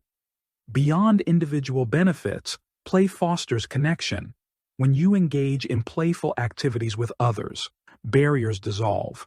Laughter breaks tension, shared experiences build trust, and collaboration becomes effortless. Picture a group of friends playing a board game or working together to solve an escape room challenge. They're not focused on winning, they're focused on having fun and supporting each other. This spirit of camaraderie strengthens relationships and creates lasting memories. Even in professional settings, incorporating elements of play can transform team dynamics. Brainstorming sessions become more creative, meetings feel less stifling, and morale improves when people are encouraged to bring their whole selves to the table. Now, let's talk about the emotional impact of play. Engaging in playful activities releases dopamine, the brain's feel-good chemical, which boosts mood and reduces stress. It's no coincidence that laughter feels so good. It literally lights up your brain and body. But play goes beyond temporary happiness. It cultivates a sense of purpose. When you lose yourself in something joyful, you touch a deeper part of your being. You realize that fulfillment doesn't come from checking boxes or achieving milestones. It comes from living authentically, aligned with what brings you alive. Play reconnects you with that spark, reminding you why you're here in the first place. Of course, embracing play as an adult requires intentionality. Society often frames play as frivolous or unproductive, making it easy to dismiss as a luxury we can't afford, but nothing could be further from the truth. Play is essential, not just for mental health, but for thriving in all areas of life. Start small.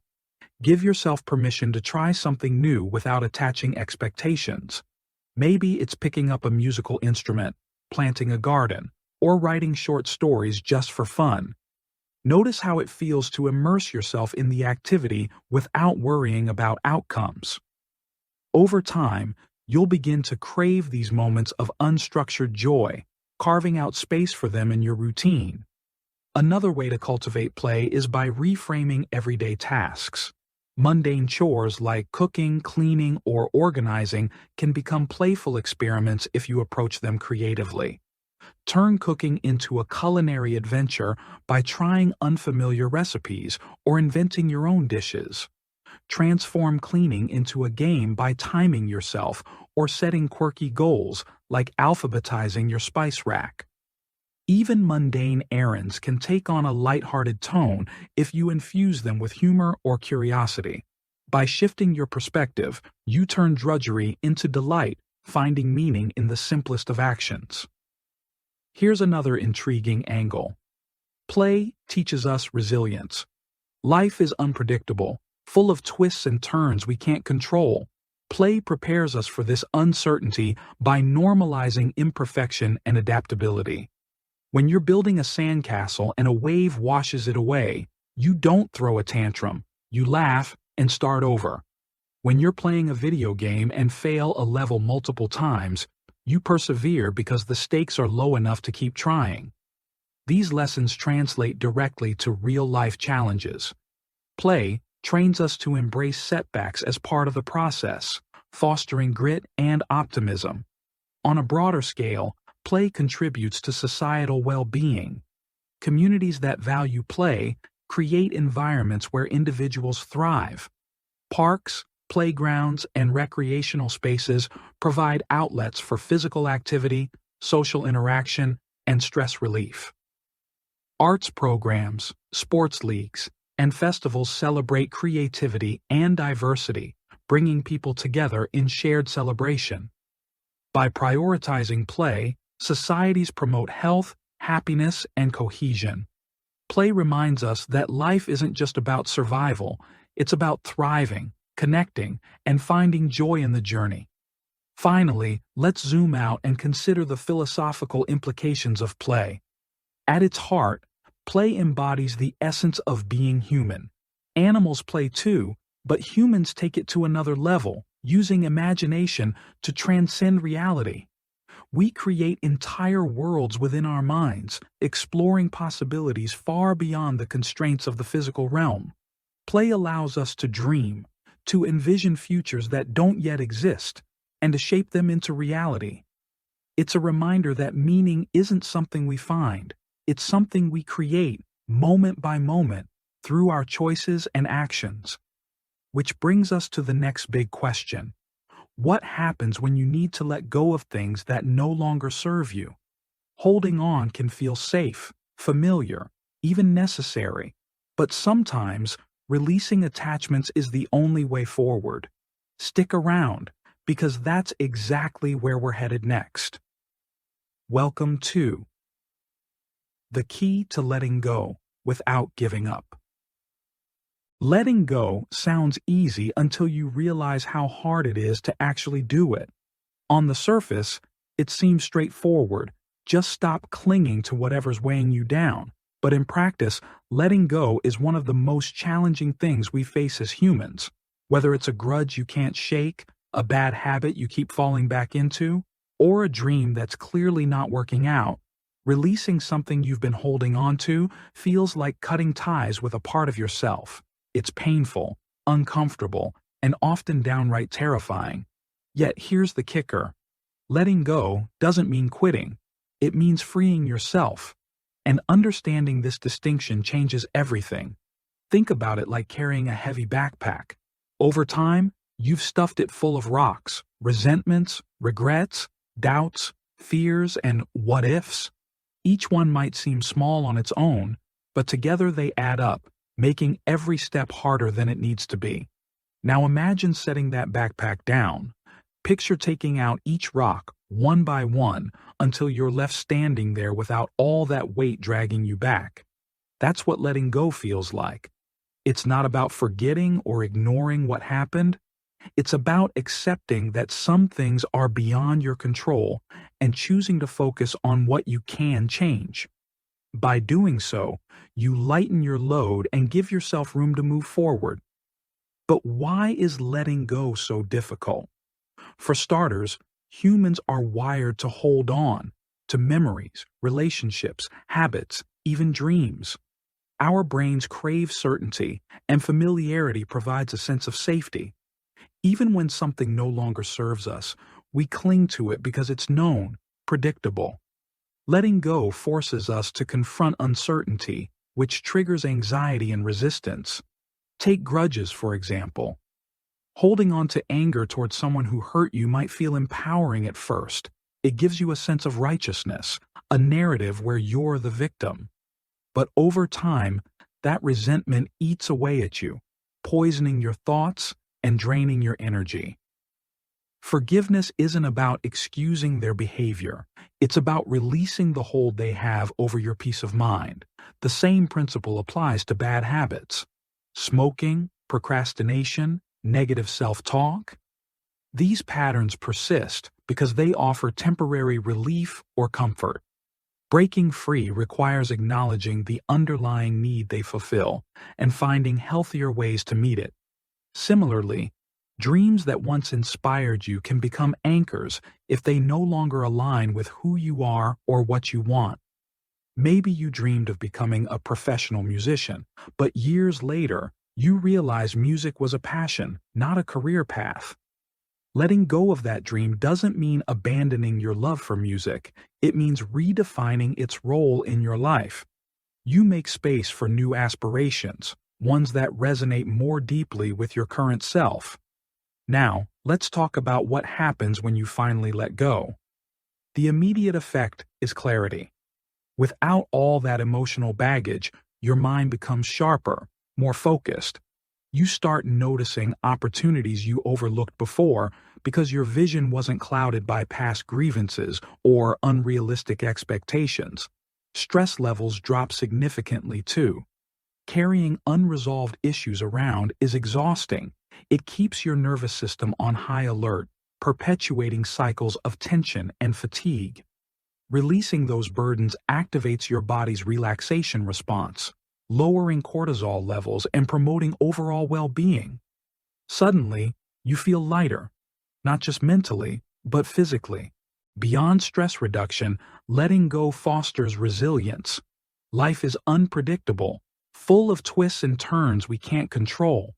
By practicing acceptance, you build emotional flexibility, the ability to adapt gracefully to change. Imagine being stuck in traffic during rush hour. If you're rigidly attached to arriving on time, frustration will consume you. But if you accept the situation and use the moment to breathe, listen to music, or reflect, you transform irritation into calm. This mindset extends to bigger challenges too. Loss, failure, rejection. These experiences sting less when you embrace impermanence, knowing that nothing lasts forever, including pain. One powerful aspect of letting go is the way it enhances presence.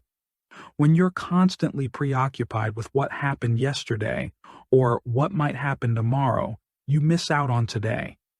Letting go pulls you into the present moment, grounding you in reality. Instead of ruminating over mistakes or obsessing about future outcomes, you direct your attention to what's happening right now. This shift not only improves mental health, but also strengthens relationships.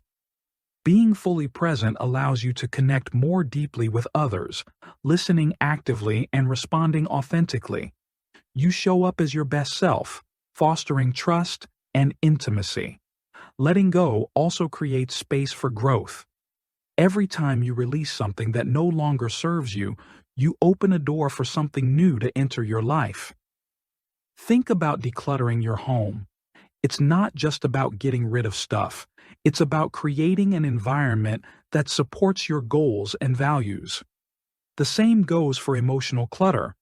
When you clear out toxic relationships, outdated beliefs, or unproductive habits, you invite positive influences to take their place. Opportunities arise, people appear, and ideas emerge that align with your refreshed perspective.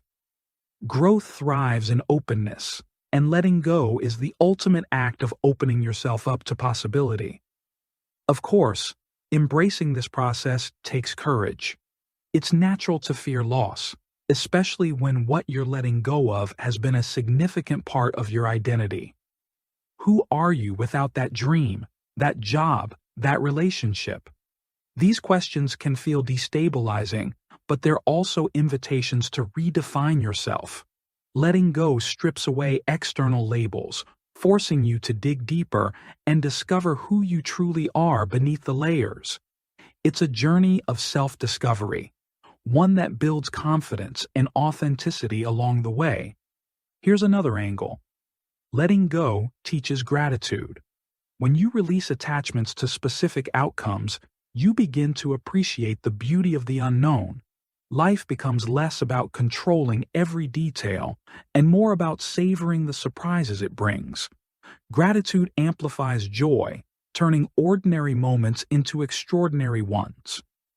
You notice the warmth of sunlight on your skin, the laughter of a friend, the satisfaction of completing a task. These small pleasures remind you that happiness isn't tied to achieving certain milestones. It's available in the here and now. To cultivate the art of letting go, start by identifying what's weighing you down. Reflect on recurring thoughts, emotions, or behaviors that sap your energy. What patterns keep showing up in your life? Once you've pinpointed them, ask yourself, is this serving me? Does holding on to it bring me closer to my goals, or does it push me further away? Be honest with yourself. Sometimes simply naming the issue is enough to loosen its grip. Other times, you'll need to take action, apologizing, forgiving, setting boundaries, or seeking support from friends, family, or professionals. Another helpful strategy is reframing letting go as an act of empowerment rather than defeat. Instead of viewing it as giving up, see it as reclaiming agency over your life. For example, ending a toxic friendship doesn't mean you failed. It means you chose to prioritize your well-being. Abandoning a project that's no longer fulfilling doesn't mean you wasted time. It means you gained valuable insights that will guide your next steps. Reframing shifts your perspective, transforming regret into liberation. Now, let's zoom out and consider the broader implications of letting go. Beyond individual growth, this practice contributes to collective healing. Societies thrive when individuals release divisive narratives, forgive past wrongs, and focus on building bridges instead of walls. Letting go dismantles barriers, fostering collaboration and unity. It reminds us that we're all interconnected, sharing a common humanity despite our differences. By embracing impermanence and practicing acceptance, we create environments where compassion and understanding flourish. Finally, let's touch on the spiritual dimension of letting go. Many traditions view detachment as a path to enlightenment. Buddhism teaches that suffering stems from attachment. Clinging to desires, identities, or expectations causes pain. By letting go, we transcend ego-driven concerns and connect with something greater than ourselves. Whether you frame this connection as divine, universal, or simply the flow of existence, the result is the same: peace. Letting go aligns us with the natural rhythm of life, reminding us that everything, all joys, sorrows, successes, failures, is transient. In this awareness lies freedom, which brings us to the next big question. What happens when you sharpen your vision and start noticing details others overlook? Life is rich with hidden gems, waiting to be discovered if you know where to look. Stick around, because that's exactly where we're headed next. Welcome to the key to seeing what everyone else misses. Most people see the world the same way. They focus on the obvious, the loud, the flashy. We're drawn to bright lights, bold headlines, and dramatic moments because they demand our attention. But what if the real treasures are hiding in plain sight? What if the magic of life isn't in the grand gestures or sweeping landscapes, but in the quiet details that others overlook? Learning to notice these small things can completely change how you experience life. It's like putting on a pair of glasses for the first time and realizing everything around you was blurry before. Let's start by breaking down why details matter so much. Think about it. Every object, person, and situation carries layers of meaning, but most of us only skim the surface. A crack in a wall might seem insignificant at first glance, but look closer. It tells a story. Maybe it reveals years of weathering, the shifting foundation beneath your feet, or the passage of time etched into something solid. A stranger's smile could hint at their mood, their personality, or even their unspoken struggles. These subtleties are clues to understanding the world more deeply. When you train yourself to pay attention to them, you begin to see patterns, connections, and insights that others miss entirely. The beauty of noticing details lies in its accessibility. You don't need special equipment or advanced training, just patience and curiosity. Start by slowing down. In a fast-paced world, rushing through tasks and interactions has become second nature. But when you pause and really look, the richness of life unfolds. For example, imagine walking through a park. If you're distracted by your phone or lost in thought, you might barely register the trees, the birds, or the people around you. But if you take a moment to observe the texture of bark, the rhythm of footsteps, the colors of leaves catching sunlight, you'll find beauty where you least expect it. Suddenly, an ordinary walk becomes extraordinary. Details also tell stories that words alone cannot convey. Consider body language, for instance. Someone might say they're fine, but their slumped shoulders, fidgeting hands, or forced smiles suggest otherwise. Paying attention to these nonverbal cues allows you to connect with people on a deeper level. It fosters empathy, helping you understand emotions and intentions beyond what's explicitly stated. Similarly, observing the environment around you can reveal context and history. An old building might appear mundane until you notice the faded paint, the intricate carvings above the door, or the ivy creeping up its walls. Each detail whispers secrets about the past, inviting you to piece together a narrative. Now let's talk about how this skill translates into practical benefits. Artists, inventors, and problem solvers rely heavily on noticing tiny details to create big breakthroughs. Take painters, for example. They don't just capture images, they study light, shadow, and color gradients to bring depth and emotion to their work. Writers do the same with language, choosing precise words and crafting sentences that evoke vivid imagery. Innovators often spot opportunities in overlooked areas, turning seemingly minor inconveniences into groundbreaking solutions. Velcro, for instance, was inspired by burrs sticking to clothing, a detail anyone else might have brushed off without a second thought. By honing your ability to notice nuances, you position yourself to contribute creatively and meaningfully to the world. In everyday life, paying attention to detail strengthens relationships and systems alike. Have you ever had someone remember something small yet significant about you? A favorite song, a childhood memory, or a fleeting comment you made weeks ago? That kind of attentiveness feels profound because it shows care and effort. On the flip side, failing to notice details can lead to misunderstandings or missed opportunities. For instance, a friend might casually mention feeling overwhelmed at work, but if you're not listening closely, you might miss the chance to offer support. Details act as bridges, connecting us to others in ways that go beyond surface-level interactions. But the power of noticing details extends far beyond personal relationships. It plays a crucial role in designing systems that endure. Whether you're building a business, creating a routine, or organizing a community initiative, the smallest elements often determine success or failure. A well-functioning system relies on precision, on ensuring that each component works seamlessly with the others. For example, consider the design of a city's public transportation network. Attention to details like timing schedules, station accessibility, and passenger comfort ensures efficiency and reliability.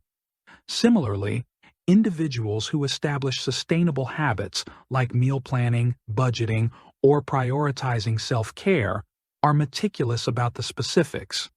They know that overlooking even one small factor can throw the entire system off balance. Beyond functionality, noticing details enhances appreciation for the systems we already have in place. When you zoom in on the specifics, the ordinary transforms into the extraordinary. A simple cup of coffee becomes a symphony of sensations, the aroma rising from the mug, the warmth spreading through your hands, the subtle bitterness balanced by sweetness. A rainy day takes on new dimensions as you listen to the rhythm of droplets hitting the pavement or watch reflections ripple across puddles. These moments remind you that wonder exists everywhere, waiting to be discovered if you know where to look. This mindset applies equally to the systems that shape our lives. Whether it's the intricate web of supply chains that bring food to your table or the carefully calibrated algorithms powering your smartphone, recognizing the complexity behind these structures deepens your gratitude for their existence. Of course, developing this habit requires intentionality. Our brains are wired to filter out unnecessary information, which is both a blessing and a curse. While it helps us focus on what's immediately relevant, it also means we often miss the finer points. To counteract this tendency, practice mindfulness. Mindfulness is simply the act of being fully present in the moment, engaging all your senses to absorb what's happening around you. Try eating a meal slowly, savoring each bite, or sit quietly and observe the sounds, smells, and textures of your surroundings. Over time, this practice sharpens your awareness, making it easier to pick up on subtleties you might otherwise overlook. Another way to cultivate this skill is by asking questions. Curiosity fuels observation. Instead of accepting things at face value, dig deeper. Why does that particular shade of blue catch your eye? What caused those tire tracks in the mud? How did someone's tone shift during a conversation? Asking why and how opens doors to exploration, encouraging you to engage actively with the world rather than passively consuming it. Journaling can also help. Writing down observations forces you to articulate what you've noticed, reinforcing those neural pathways and deepening your connection to the details. Here's another fascinating implication. Noticing details improves decision-making. Life is full of complexity, and many choices require weighing multiple factors. The more attuned you are to subtleties, the better equipped you are to navigate ambiguity. For example, imagine evaluating the effectiveness of a project management system. Beyond surface metrics like deadlines met or budgets adhered to, you might pick up on nuances in team dynamics. Are meetings efficient or bogged down by tangents? Do team members feel empowered to share ideas, or are they hesitant? These details provide valuable context that goes beyond what's written in reports. Similarly, spotting inefficiencies in workflows or potential risks in long-term plans becomes easier when you're trained to detect inconsistencies or subtle warning signs. On a broader scale, noticing details fosters gratitude. When you slow down and truly observe, you realize how much there is to appreciate. Even the smallest pleasures, a perfectly brewed cup of tea, a child's laughter, the smell of fresh laundry, become sources of joy. Gratitude amplifies happiness, creating a positive feedback loop. The more you notice, the more you appreciate, and the richer your experience of life becomes. This principle applies equally to systems. Recognizing the effort, coordination, and ingenuity required to maintain functional systems, from healthcare networks to educational institutions, inspires respect and motivates stewardship. Now let's zoom out and consider the philosophical implications of seeing what others miss. At its core, this practice reflects a fundamental truth about existence. Reality is layered. There's always more beneath the surface, whether it's in art, science, nature, or human behavior. Noticing details reminds us that life is infinitely complex and endlessly fascinating. It challenges us to remain humble, recognizing that no matter how much we think we know, there's always more to learn. This mindset cultivates intellectual humility and lifelong curiosity, qualities that enrich every aspect of life. Finally, let's touch on the social impact of noticing details. When you pay attention to subtleties, you become more empathetic, compassionate, and perceptive.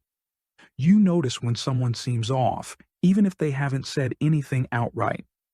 You catch the humor in an inside joke or the significance of a shared memory. These moments build trust and deepen bonds, creating connections that endure over time.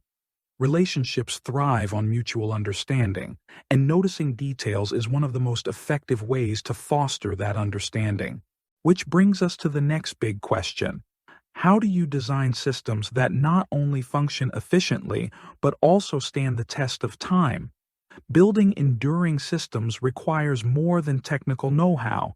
It demands emotional intelligence, adaptability, and a keen eye for detail. Stick around, because that's exactly where we're headed next. Welcome to the key to building systems that endure. Life is full of systems, big and small, that shape how we live, work, and interact with the world. From the routines we follow each day to the organizations we rely on for stability, systems are everywhere. But not all systems are created equal. Some crumble under pressure, while others endure for decades or even centuries. What makes the difference? How do you build something that stands the test of time? Whether it's a personal habit, a business model, or a community initiative, the answer lies in understanding the principles behind sustainable systems and applying them thoughtfully. Let's start by defining what we mean by systems. A system is simply a set of interconnected parts working together to achieve a specific goal. It could be as simple as your morning routine or as complex as a global supply chain. Regardless of scale, every system has three key components: inputs, resources you put in; processes, how those resources are used; and outputs, the results you get. When these elements align effectively, the system functions smoothly. But when one part breaks down or isn't designed well, the whole thing can collapse. So why does it matter if a system endures? Because the best systems don't just solve problems, they create lasting value. Think about institutions like universities, hospitals, or libraries. These organizations have survived for generations because they provide consistent benefits to society. On a smaller scale, consider habits like exercise or journaling. People who stick with these practices over time tend to see profound improvements in their physical health, mental clarity, and overall well-being. Enduring systems aren't just functional, they're transformative. Now let's talk about what makes a system resilient enough to last. One crucial factor is adaptability. No matter how carefully you design a system, change is inevitable. Technology evolves, priorities shift, and unforeseen challenges arise. The most enduring systems anticipate this reality by incorporating flexibility into their structure. For example, companies that thrive long-term often prioritize innovation, encouraging employees to experiment with new ideas rather than clinging rigidly to outdated methods. Similarly, individuals who maintain healthy habits adjust their routines as circumstances change, ensuring they stay relevant and achievable. Another cornerstone of enduring systems is balance. Too much rigidity stifles growth, while too much flexibility leads to chaos. Striking the right equilibrium requires intentionality. Take parenting, for instance. Raising children involves setting boundaries, rules, expectations, and consequences, but also allowing room for independence and self-discovery. Parents who find this sweet spot foster environments where kids feel secure yet empowered to explore. The same principle applies to leadership, education, and even personal productivity. Balance ensures that a system remains stable without becoming stagnant. Sustainability is another critical element. Systems that endure prioritize long-term health over short-term gains. This means conserving resources, minimizing waste, and addressing potential risks before they escalate.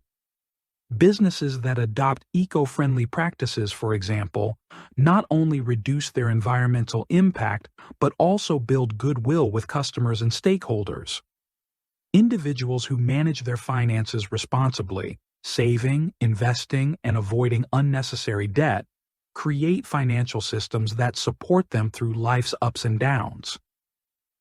Sustainability ensures that a system doesn't deplete itself or harm its surroundings, paving the way for continued success.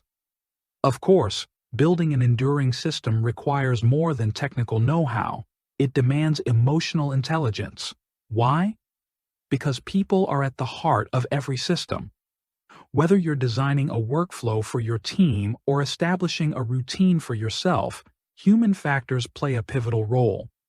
Empathy allows you to anticipate needs, resolve conflicts, and inspire collaboration. For example, Leaders who listen actively to their employees' concerns and involve them in decision-making foster loyalty and engagement. Likewise, individuals who approach personal goals with kindness and patience toward themselves are more likely to persevere when setbacks occur. Emotional intelligence transforms mechanical processes into living, breathing ecosystems that evolve naturally over time. Now, let's zoom in on practical strategies for building systems that endure. First, clarity is essential. Define your purpose clearly from the outset. What problem are you trying to solve? What outcomes do you hope to achieve? Without a clear vision, even the best designed system will falter. Once you've established your purpose, break it down into manageable steps. Focus on creating modular components that can function independently, yet integrate seamlessly. This modularity allows you to troubleshoot issues without disrupting the entire system, a lesson many software developers have learned the hard way. Next, focus on consistency. Consistency breeds trust, both in yourself and in others. If you promise to deliver high-quality products, services, or behaviors, follow through every single time. Over-deliver whenever possible, exceeding expectations rather than merely meeting them. Consistent performance builds credibility and reinforces reliability, two qualities that are indispensable for longevity. Consider brands like Apple or Coca-Cola. These companies have earned global recognition not because they reinvent themselves daily, but because they consistently deliver excellence within their niche. Feedback loops are another powerful tool for sustaining systems. Feedback provides real-time data about what's working and what isn't, enabling continuous improvement. In professional settings, regular check-ins, surveys, and performance reviews help identify areas for growth. On a personal level, reflection plays a similar role. Taking time to evaluate your progress, whether it's tracking fitness milestones, reviewing financial statements, or assessing your emotional state, gives you valuable insights into how your system is performing. Use this information to refine your approach, making incremental adjustments that compound over time. Collaboration amplifies the strength of any system. While individual effort is important, no one succeeds entirely alone. Surround yourself with people who complement your strengths and challenge your weaknesses. Build networks that support mutual growth, whether it's through mentorship, partnerships, or community involvement. Collaboration distributes responsibility, reducing the burden on any single person and increasing the likelihood of collective success. It also introduces diverse perspectives, which enrich decision-making and spark creativity. One final aspect to consider is legacy. Systems that endure leave a lasting impact, shaping the future in meaningful ways. Think about public infrastructure projects like roads, bridges, or parks. They serve immediate needs, but also lay the groundwork for generations to come. Similarly, individuals who invest in knowledge sharing, writing books, teaching classes, or mentoring others extend their influence far beyond their lifetimes. Legacy isn't about fame or recognition. It's about contributing to something larger than yourself, ensuring that your efforts continue to benefit others long after you're gone. Which brings us to the broader implications of building enduring systems. Beyond individual achievements, this mindset contributes to societal progress. Communities thrive when their systems are robust, equitable, and forward-thinking. Education systems that prioritize lifelong learning prepare citizens for an ever-changing world. Healthcare systems that emphasize prevention and accessibility improve quality of life for millions. Environmental policies that protect natural resources safeguard the planet for future inhabitants. By focusing on sustainability, adaptability, and collaboration, we create foundations that uplift everyone, not just a privileged few. Finally, Let's reflect on the personal fulfillment that comes from building systems that endure. There's a deep satisfaction in knowing you've created something that works, not just today, but tomorrow and years down the line. Whether it's a thriving business, a harmonious household, or a fulfilling creative practice, enduring systems reflect your values, discipline, and vision. They remind you that effort matters, that persistence pays off, and that the choices you make ripple outward in ways you might never fully comprehend. Building systems isn't just about survival, it's about thriving and leaving the world a little better than you found it. Which brings us to the next big question. How do you navigate the inevitable changes life throws your way? Even the strongest systems must adapt to shifting circumstances, requiring resilience, creativity, and courage. Stick around, because that's exactly where we're headed next. Welcome to The Key to Rolling with Change Instead of Fighting It. Change sucks. Nobody likes having their plans derailed or being thrown into uncertainty. Whether it's a sudden career shift, a health scare, or even something as mundane as your favorite coffee shop closing down, change disrupts the rhythm of life in ways that can feel deeply unsettling. But here's the thing, resisting change only makes it worse. What if you could learn to roll with it instead? What if, rather than seeing change as an enemy to fight, you began viewing it as a natural part of existence, an opportunity to grow, adapt, and thrive? Let's start by acknowledging why change feels so hard. Human beings are creatures of habit. We crave stability because it gives us a sense of control and predictability. When routines are disrupted, our brains perceive it as a threat, triggering stress responses that make us want to cling to what's familiar. This resistance is understandable. It's rooted in survival instincts, but it also keeps us stuck. Think about how exhausting it feels to dig your heels in against something inevitable. You waste energy trying to hold back the tide when you could be learning to surf it. Change is one of life's few constants.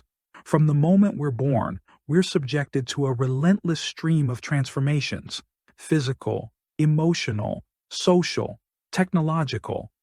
Aging is perhaps the most universal example. No matter how much we might wish otherwise, time marches forward, altering our bodies and perspectives along the way. Technology evolves at breakneck speed, reshaping industries and daily habits almost overnight. And then there are the personal upheavals, the unexpected twists and turns that remind us just how fragile and unpredictable life can be. These changes aren't inherently good or bad. They simply are. The real question is how we choose to respond to them. Fighting change drains your energy and leaves you feeling powerless. Imagine standing in a river, trying to push back against the current. No matter how strong you are, the water will eventually overwhelm you. On the other hand, adapting means finding ways to navigate the flow, to use its force to propel you forward rather than exhaust you. Adapting doesn't mean passively accepting every curveball life throws your way. It's about shifting your mindset from, "this shouldn't be happening," to, "okay, now what?" It's about asking yourself, how can I leverage this situation to my advantage? What lessons can I extract from it? What opportunities does it present? Adapting to change requires flexibility, a willingness to let go of rigid expectations and embrace new possibilities. Picture someone who loses their job unexpectedly. At first, the loss might feel devastating, like the ground has been ripped out from under them, but over time, they may realize that this disruption opens doors they hadn't considered before. Maybe they discover a hidden passion for entrepreneurship, or perhaps they reconnect with hobbies they'd abandoned in favor of work. By reframing the experience, not as a failure but as a redirection, they create space for reinvention. One powerful tool for rolling with change is developing a growth mindset. Coined by psychologist Carol Dweck, The term refers to the belief that abilities and intelligence can be developed through effort, learning, and perseverance. People with a growth mindset see challenges not as threats, but as chances to improve. They understand that setbacks are temporary and that every obstacle contains valuable lessons. For instance, consider an athlete recovering from an injury. Someone with a fixed mindset might view the setback as proof of their limitations, while someone with a growth mindset would treat rehabilitation as an opportunity to strengthen both body and mind. This perspective transforms adversity into fuel for progress. Rolling with change also fosters creativity. When circumstances force you to step outside your comfort zone, you're more likely to experiment with novel solutions. Constraints, paradoxically, often spark innovation. Take artists, for example.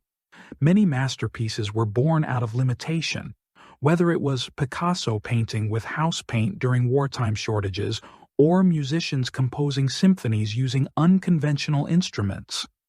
Similarly, businesses that pivot in response to market shifts frequently discover untapped niches or unmet needs. Creativity thrives in environments where old assumptions are challenged and fresh ideas are welcomed. Of course, embracing change isn't easy. It requires courage, especially when the stakes feel high. Uncertainty breeds fear, and fear can paralyze us. To counteract this, focus on building resilience, the ability to bounce back from setbacks and keep moving forward. One effective strategy is cultivating gratitude. When faced with upheaval, it's tempting to dwell on what's been lost. But intentionally seeking out silver linings, even small ones, can shift your perspective. Perhaps losing a toxic relationship paves the way for healthier connections. Maybe moving to a new city forces you to explore parts of yourself you'd neglected. Gratitude reminds you that change, though painful, often leads to growth. Another key to resilience is self-compassion. Be kind to yourself during periods of transition. Don't expect to have everything figured out immediately. Allow yourself to grieve losses, to stumble, to feel uncertain. Progress rarely follows a straight line, and beating yourself up for missteps only prolongs the process. Treat yourself as you would a close friend, offering patience, encouragement, and understanding.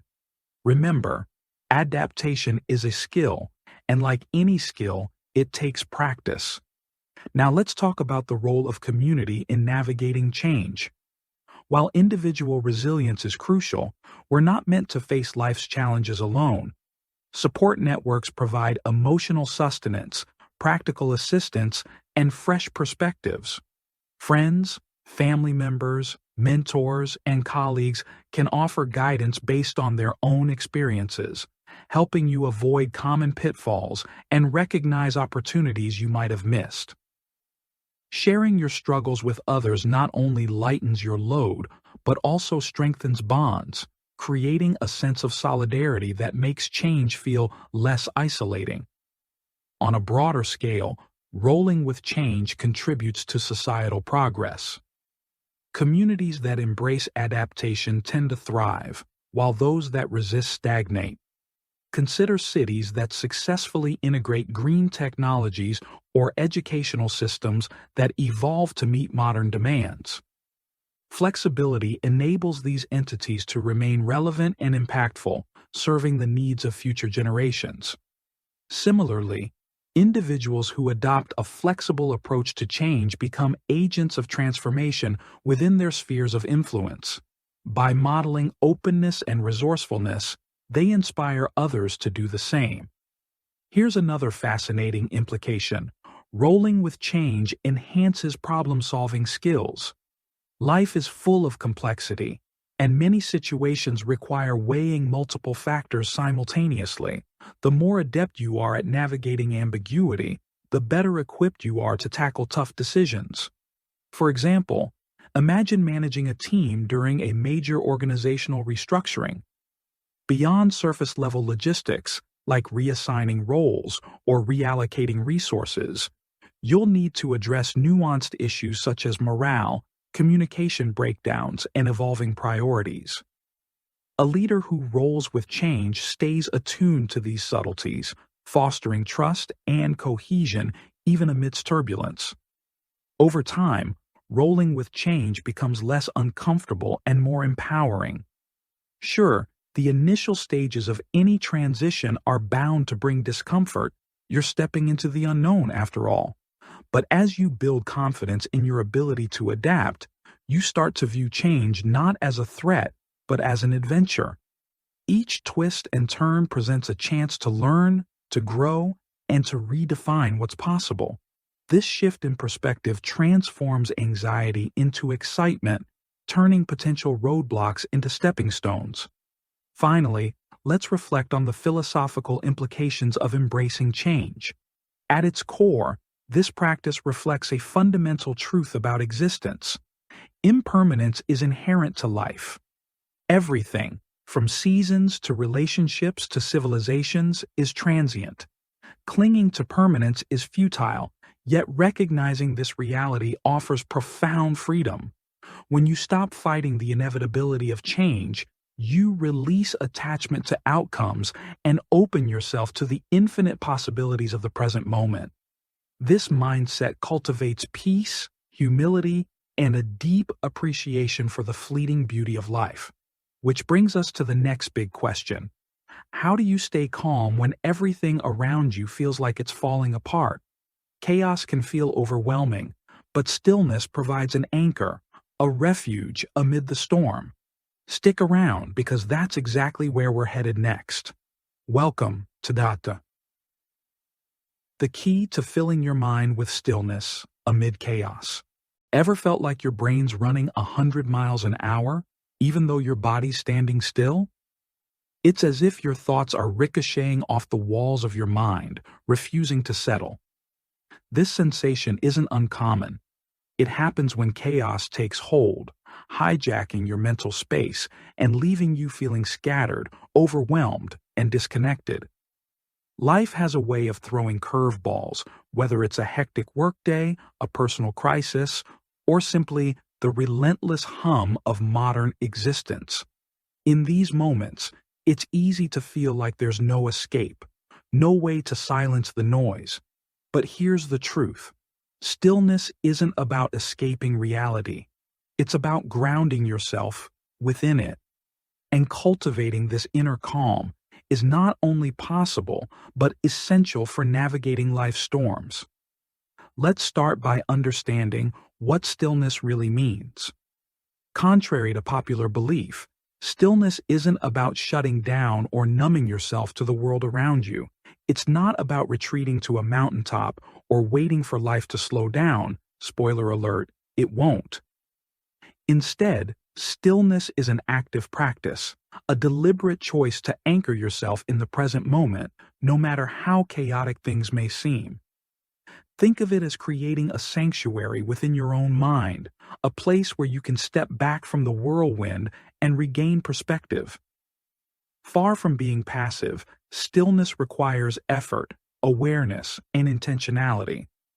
It's about finding clarity amid confusion, peace amid turbulence. One of the simplest ways to cultivate stillness is through deep breathing. When chaos strikes, our bodies often respond with shallow, rapid breaths, a sign that stress has taken over. Deep breathing counteracts this reaction by activating the parasympathetic nervous system, which calms both body and mind. Try this. Inhale slowly through your nose for a count of 4. Hold the breath for another 4 counts, then exhale gently through your mouth for a final count of 6. Repeat this cycle several times, focusing solely on the rhythm of your breath. As you do, notice how your racing thoughts begin to quiet, replaced by a sense of steadiness and control. Breathing techniques like this act as an anchor, pulling you back to the present moment and reminding you that you're safe, even in the midst of uncertainty. Another powerful tool for cultivating stillness is focusing on one task at a time. Multitasking might seem efficient, but it actually fragments your attention, making it harder to concentrate and increasing feelings of overwhelm. Instead, embrace the art of single tasking. Whether you're washing dishes, writing an email, or reading a book, give that activity your full attention. Notice the details, the warmth of the water on your hands, the rhythm of your keystrokes, the texture of the pages beneath your fingertips. This mindful approach transforms mundane tasks into opportunities for presence, helping you reconnect with the here and now. Over time, you'll find that focusing on one thing at a time reduces mental clutter and restores a sense of order to your day. Nature also offers a profound pathway to stillness. There's something inherently calming about stepping outside and immersing yourself in the natural world. Whether it's a stroll through a park, sitting by a lake, or simply gazing at the sky, nature has a way of slowing us down. Studies have shown that spending time outdoors lowers cortisol levels, improves mood, and enhances cognitive function, all of which contribute to greater mental clarity. Even small doses of nature can make a difference. If you live in an urban environment, try incorporating green spaces into your routine. A few minutes spent observing the rustle of leaves or listening to birdsong can be enough to reset your mind and remind you of life's simplicity. But what about those moments when stepping away isn't an option? When deadlines loom, responsibilities pile up, and external pressures refuse to ease? In these situations, micro moments of stillness can be a lifeline. These brief pauses, lasting just seconds or minutes, are designed to interrupt the momentum of chaos and provide a quick reset. For example, take a moment to close your eyes and tune into your senses. What do you hear? What do you feel? Simply acknowledging your surroundings can create a subtle shift in your awareness, pulling you out of autopilot and into the present. Similarly, pausing to stretch your body or sip water mindfully can break the cycle of frantic thinking and restore a sense of balance. Cultivating stillness has profound implications for both mental and emotional well-being. One of the most immediate benefits is increased clarity. When your mind is overloaded with distractions, it becomes difficult to think straight or prioritize effectively. Stillness clears the fog, allowing you to see situations more objectively and make decisions with greater confidence. Consider how often poor choices stem from reacting impulsively rather than responding thoughtfully. By taking a moment to pause and center yourself, you create space for rational thinking and intentional action. Stillness also reduces stress, which is critical given the toll chronic stress takes on physical and mental health.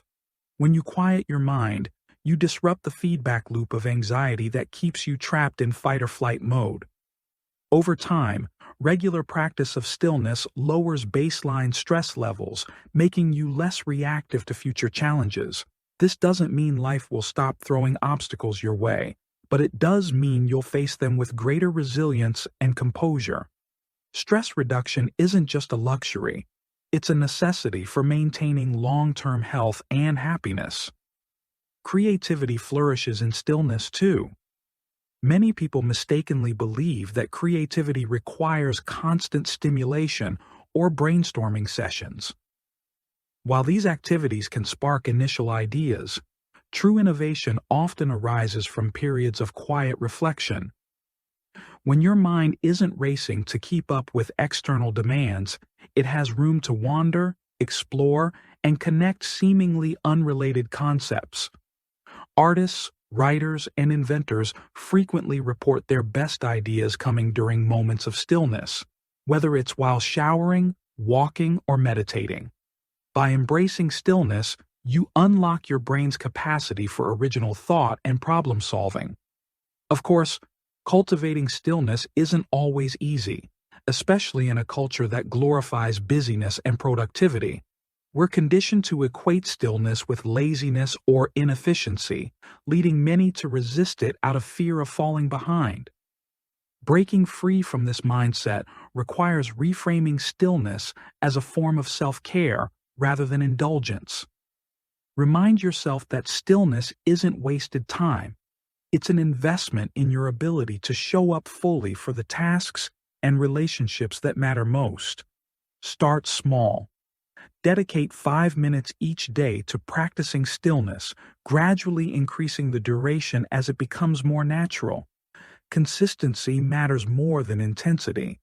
Even short bursts of stillness can yield significant benefits over time. Another helpful strategy is creating rituals that signal the transition to stillness.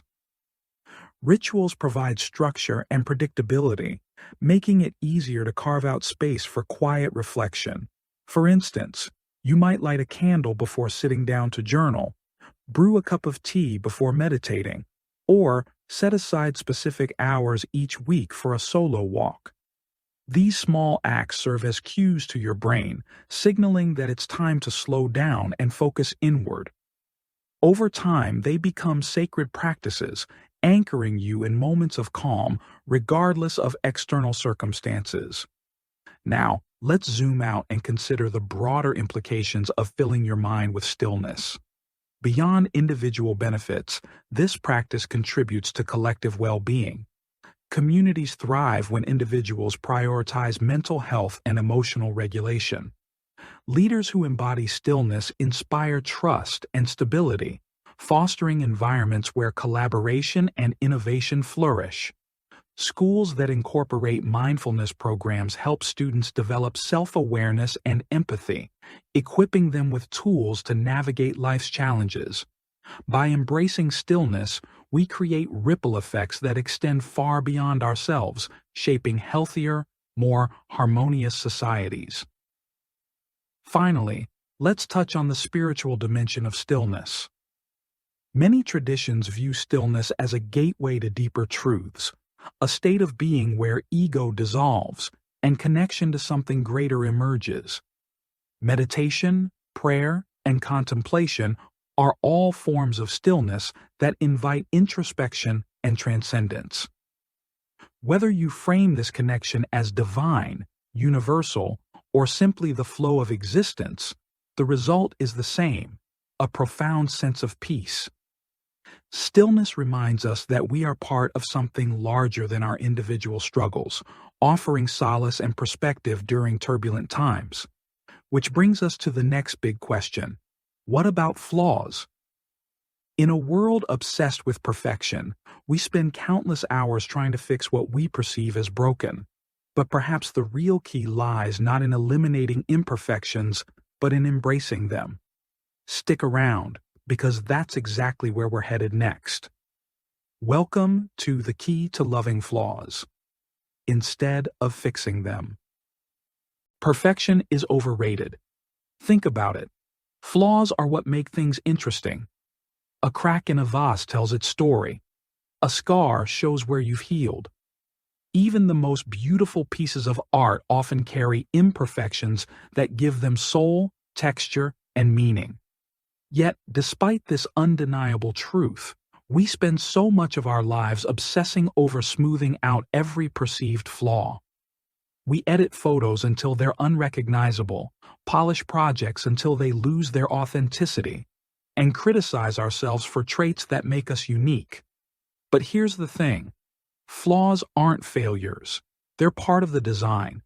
They add character, depth, and individuality. And when you learn to love your imperfections instead of fighting them, you unlock a profound sense of freedom and self-acceptance. Let's start by examining why we're so fixated on perfection in the first place.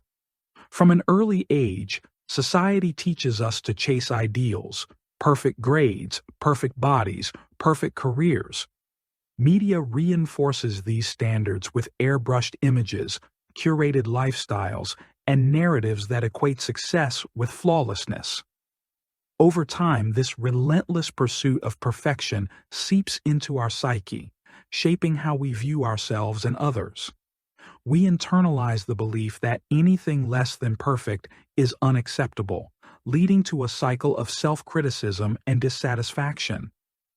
But the irony is that perfection doesn't exist. It's an illusion, a mirage that keeps us running without ever reaching the finish line. Flaws, on the other hand, are profoundly human. They remind us that we're not machines designed to operate flawlessly, but living, breathing beings shaped by experience, growth, and resilience. Take a scar, for instance. It might be the result of an accident or surgery, but it also represents survival, a testament to the body's ability to heal and adapt. Or consider a handmade object, like pottery or knitting. Imperfections in craftsmanship don't diminish its value, they enhance it, giving each piece a distinct personality. These examples illustrate that flaws aren't something to hide or erase. They're markers of authenticity, evidence of life being lived fully. The same principle applies to personality quirks and idiosyncrasies.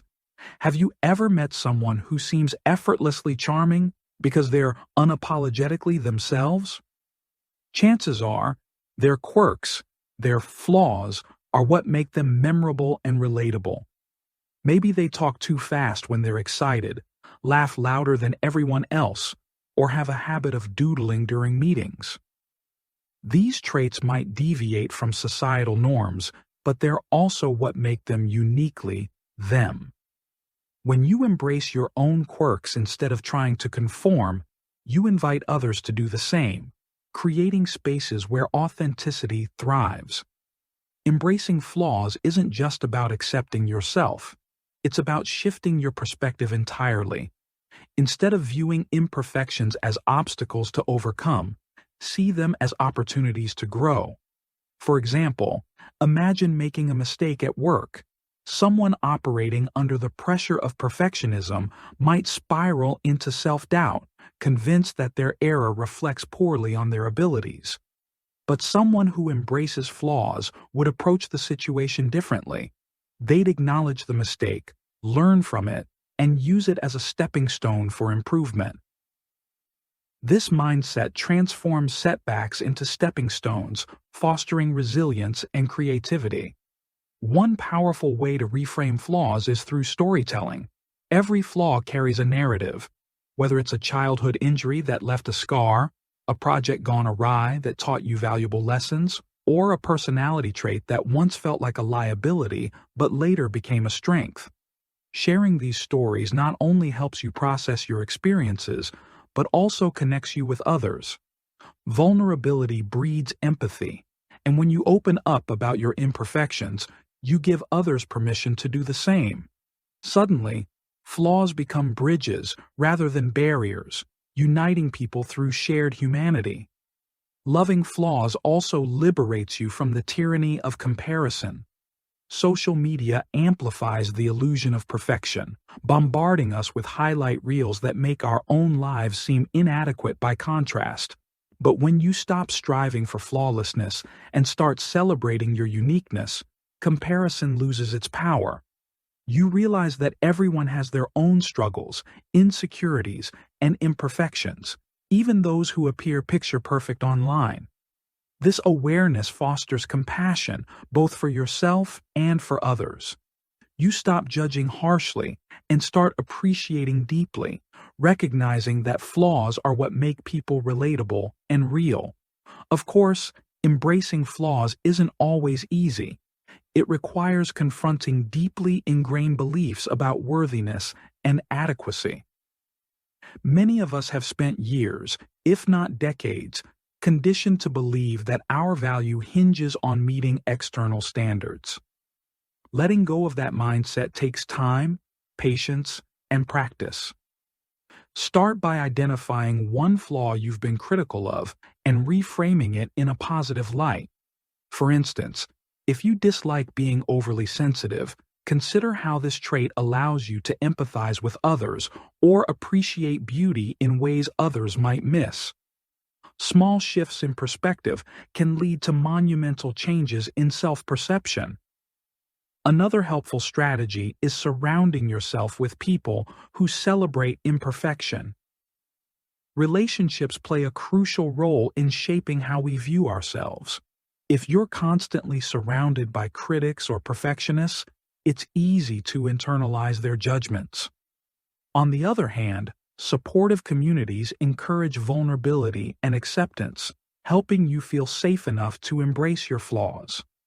Seek out friends, mentors, or groups that prioritize authenticity over appearances.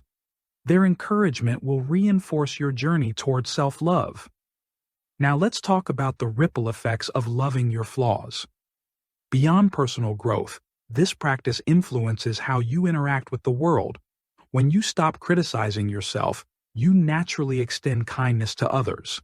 You become less judgmental, more patient, and more understanding. For example, imagine encountering someone who makes a mistake or behaves awkwardly. Instead of labeling them as incompetent or weird, you recognize their humanity, their flaws, and respond with grace. This shift creates a culture of acceptance, where imperfections are celebrated rather than shamed. On a broader scale, embracing flaws contributes to societal progress. Movements advocating for diversity, inclusivity, and body positivity all hinge on the idea that difference is valuable. By rejecting narrow definitions of beauty, intelligence, or success, we create space for a wider range of voices and perspectives. This diversity enriches communities, drives innovation, and fosters mutual respect. Loving flaws isn't just a personal act, it's a political one, challenging systems that marginalize anyone who doesn't fit the mold. Here's another fascinating implication. Embracing flaws enhances creativity. Perfectionism stifles originality because it demands adherence to rigid standards.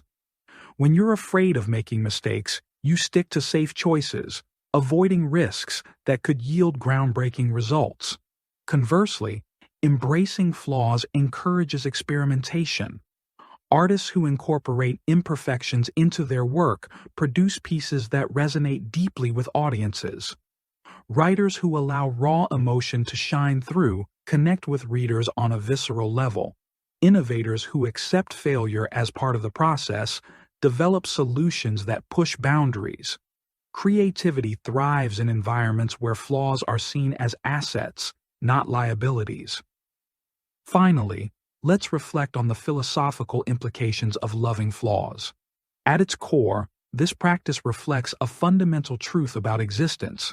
Nothing is static or flawless. Life itself is messy, unpredictable, and imperfect. Seasons change, relationships evolve, and even the stars burn out eventually. Embracing flaws aligns us with this reality, freeing us from which brings us to the next big question. How do you end the day feeling whole instead of restless? In a world that never stops moving, finding closure amidst chaos can feel elusive, but there are practices that help you wrap up your day with intention, reflection, and calm. Stick around, because that's exactly where we're headed next. Welcome to the key to ending the day feeling whole. Nights can be rough. Lying in bed replaying the day's events or stressing about tomorrow isn't exactly relaxing. For many of us, nighttime becomes a battleground where thoughts spiral out of control, leaving us restless and uneasy. But what if you had a ritual to wind down and reflect, leaving you feeling complete before sleep? What if, instead of letting your mind wander aimlessly, you took intentional steps to process the day and prepare for rest? This practice isn't just about avoiding insomnia, it's about creating a sense of closure, ensuring that each day ends with a sense of wholeness rather than fragmentation. Let's start by understanding why ending the day intentionally matters so much. Our brains are wired to seek resolution. When we leave tasks unfinished or emotions unprocessed, our subconscious keeps working on them long after we've crawled into bed. This is why unfinished conversations, unresolved conflicts, or incomplete projects often haunt us at night. By taking time to review and reflect, we give our minds permission to let go, signaling that it's safe to rest. Think of it like closing a chapter in a book. You wouldn't skip straight to the next one without finishing the current story.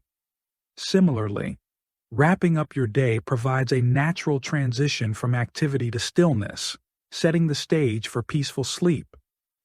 One of the simplest yet most powerful ways to end the day intentionally is through reflection. Before bed, take a few moments to ask yourself, what happened today? Did I accomplish something meaningful? Learn something new? Connect with someone important? These questions aren't about judging your performance. They're about acknowledging effort and progress, no matter how small. Maybe you finally sent that email you'd been procrastinating on. Or perhaps you spent 5 minutes laughing with a friend over text. Even tiny victories deserve recognition because they contribute to the larger narrative of your life. Gratitude journals are an excellent tool for this kind of reflection. Writing down 3 things you're grateful for each evening shifts your focus away from what went wrong and toward what went right. It doesn't have to be anything monumental. A warm cup of tea, a kind word from a stranger, or the beauty of a sunset can all qualify as reasons to feel thankful. Over time, this habit rewires your brain to notice positivity more readily, reducing stress and increasing overall happiness. Plus, flipping through past entries reminds you of all the good things you might otherwise forget, reinforcing a sense of abundance and fulfillment. Meditation also offers a profound way to close out the day. Unlike journaling, which involves active thought, meditation encourages passive awareness. Spend 5 to 10 minutes sitting quietly, focusing on your breath, or repeating a calming mantra. If intrusive thoughts arise, don't fight them. Simply observe them without attachment. Then gently return your attention to your focal point. This practice slows your racing mind, lowers cortisol levels, and promotes relaxation. For those who struggle with traditional meditation, guided recordings or apps can provide structure and support, making it easier to ease into the habit. Another effective method is mentally reviewing your day step by step. Start with the moment you woke up and work your way forward, recalling significant events, interactions, and emotions. Pay special attention to any lingering feelings, whether it's frustration over a disagreement, joy from a shared laugh, or pride in a task completed. Acknowledging these emotions helps release them, preventing them from festering overnight. If unresolved issues surface during this process, jot them down in a notebook to address tomorrow. This act alone can alleviate anxiety, reminding you that problems don't need immediate solutions. They just need acknowledgement. The implications of ending the day intentionally extend far beyond better sleep. Reflection fosters self-awareness, helping you identify patterns in your behavior, thought processes, and emotional responses. For example, you might notice that certain triggers consistently lead to stress, or that specific activities reliably boost your mood. Armed with this insight, you can make conscious adjustments to improve your well-being. Reflection also strengthens memory retention, as revisiting experiences reinforces neural pathways associated with learning. Over time, this enhances cognitive function and decision-making skills. Ending the day with intentionality also cultivates resilience. Life rarely unfolds according to plan, and setbacks are inevitable. However, when you regularly review your accomplishments, no matter how minor, you build confidence in your ability to navigate challenges. Celebrating small wins reinforces the belief that progress doesn't always require grand gestures. Sometimes, simply showing up is enough. This mindset reduces perfectionism and fear of failure, empowering you to tackle future obstacles with greater optimism and determination. Now, let's talk about the ripple effects of this practice on mental health. Chronic stress and anxiety often stem from unresolved tension and unprocessed emotions. By dedicating time each evening to reflect and decompress, you create a buffer against these negative states. Gratitude practices, in particular, have been shown to reduce symptoms of depression and anxiety while boosting overall psychological well-being. Similarly, meditation lowers blood pressure, improves immune function, and enhances emotional regulation, all of which contribute to a healthier, happier existence. On a broader scale, ending the day intentionally contributes to societal harmony. Individuals who prioritize mental and emotional well-being tend to interact with others more positively. They're less reactive, more empathetic, and better equipped to handle conflict constructively. In professional settings, reflective practices foster leadership qualities such as patience, humility, and strategic thinking. Leaders who model these behaviors inspire teams to adopt similar habits, creating cultures of openness and collaboration. On a personal level, sharing reflections with loved ones deepens relationships, fostering trust and mutual understanding. Here's another fascinating implication. Ending the day intentionally sets the tone for tomorrow. When you wake up knowing you left yesterday on a positive note, you approach the new day with renewed energy and clarity. This continuity builds momentum, turning isolated actions into cohesive routines. Over time, consistent reflection compounds its benefits, leading to sustained growth and transformation. You begin to see yourself not as a collection of random successes and failures, but as a dynamic individual continually evolving. Of course, implementing this practice requires commitment. In a fast-paced world, carving out time for reflection can feel indulgent or impractical. To overcome this resistance, start small. Dedicate just 2 minutes each evening to reviewing your day or writing down one thing you're grateful for. Gradually increase the duration as it becomes part of your routine. Consistency matters more than intensity. Even brief moments of reflection yield significant rewards over time. Another helpful strategy is creating a calming bedtime environment. Dim the lights, put away electronic devices, and engage in soothing activities like reading, stretching, or sipping herbal tea. These rituals signal to your brain that it's time to wind down, enhancing the effectiveness of your reflective practice. Incorporating scents like lavender or chamomile can further promote relaxation, as smell has a powerful impact on mood and memory. As you settle into this nightly routine, allow yourself to fully embrace the transition from wakefulness to rest. Feel the weight of the day lifting off your shoulders, replaced by a gentle calm. With each breath, imagine releasing tension, worry, and doubt, making space for peace and stillness. Let your body sink deeper into the mattress, your muscles relaxing one by one. Picture yourself drifting effortlessly into sleep, cradled by the quiet rhythm of your own breathing. And there you have it. 15 keys to unlocking mysteries, expanding your mind, and finding peace in a chaotic world. Remember, these aren't answers, they're tools. Use them however works best for you. Now take a deep breath and let the journey continue, one thought at a time. Allow the soft darkness of night to envelop you, carrying you gently into dreams. Sleep well. You've earned it.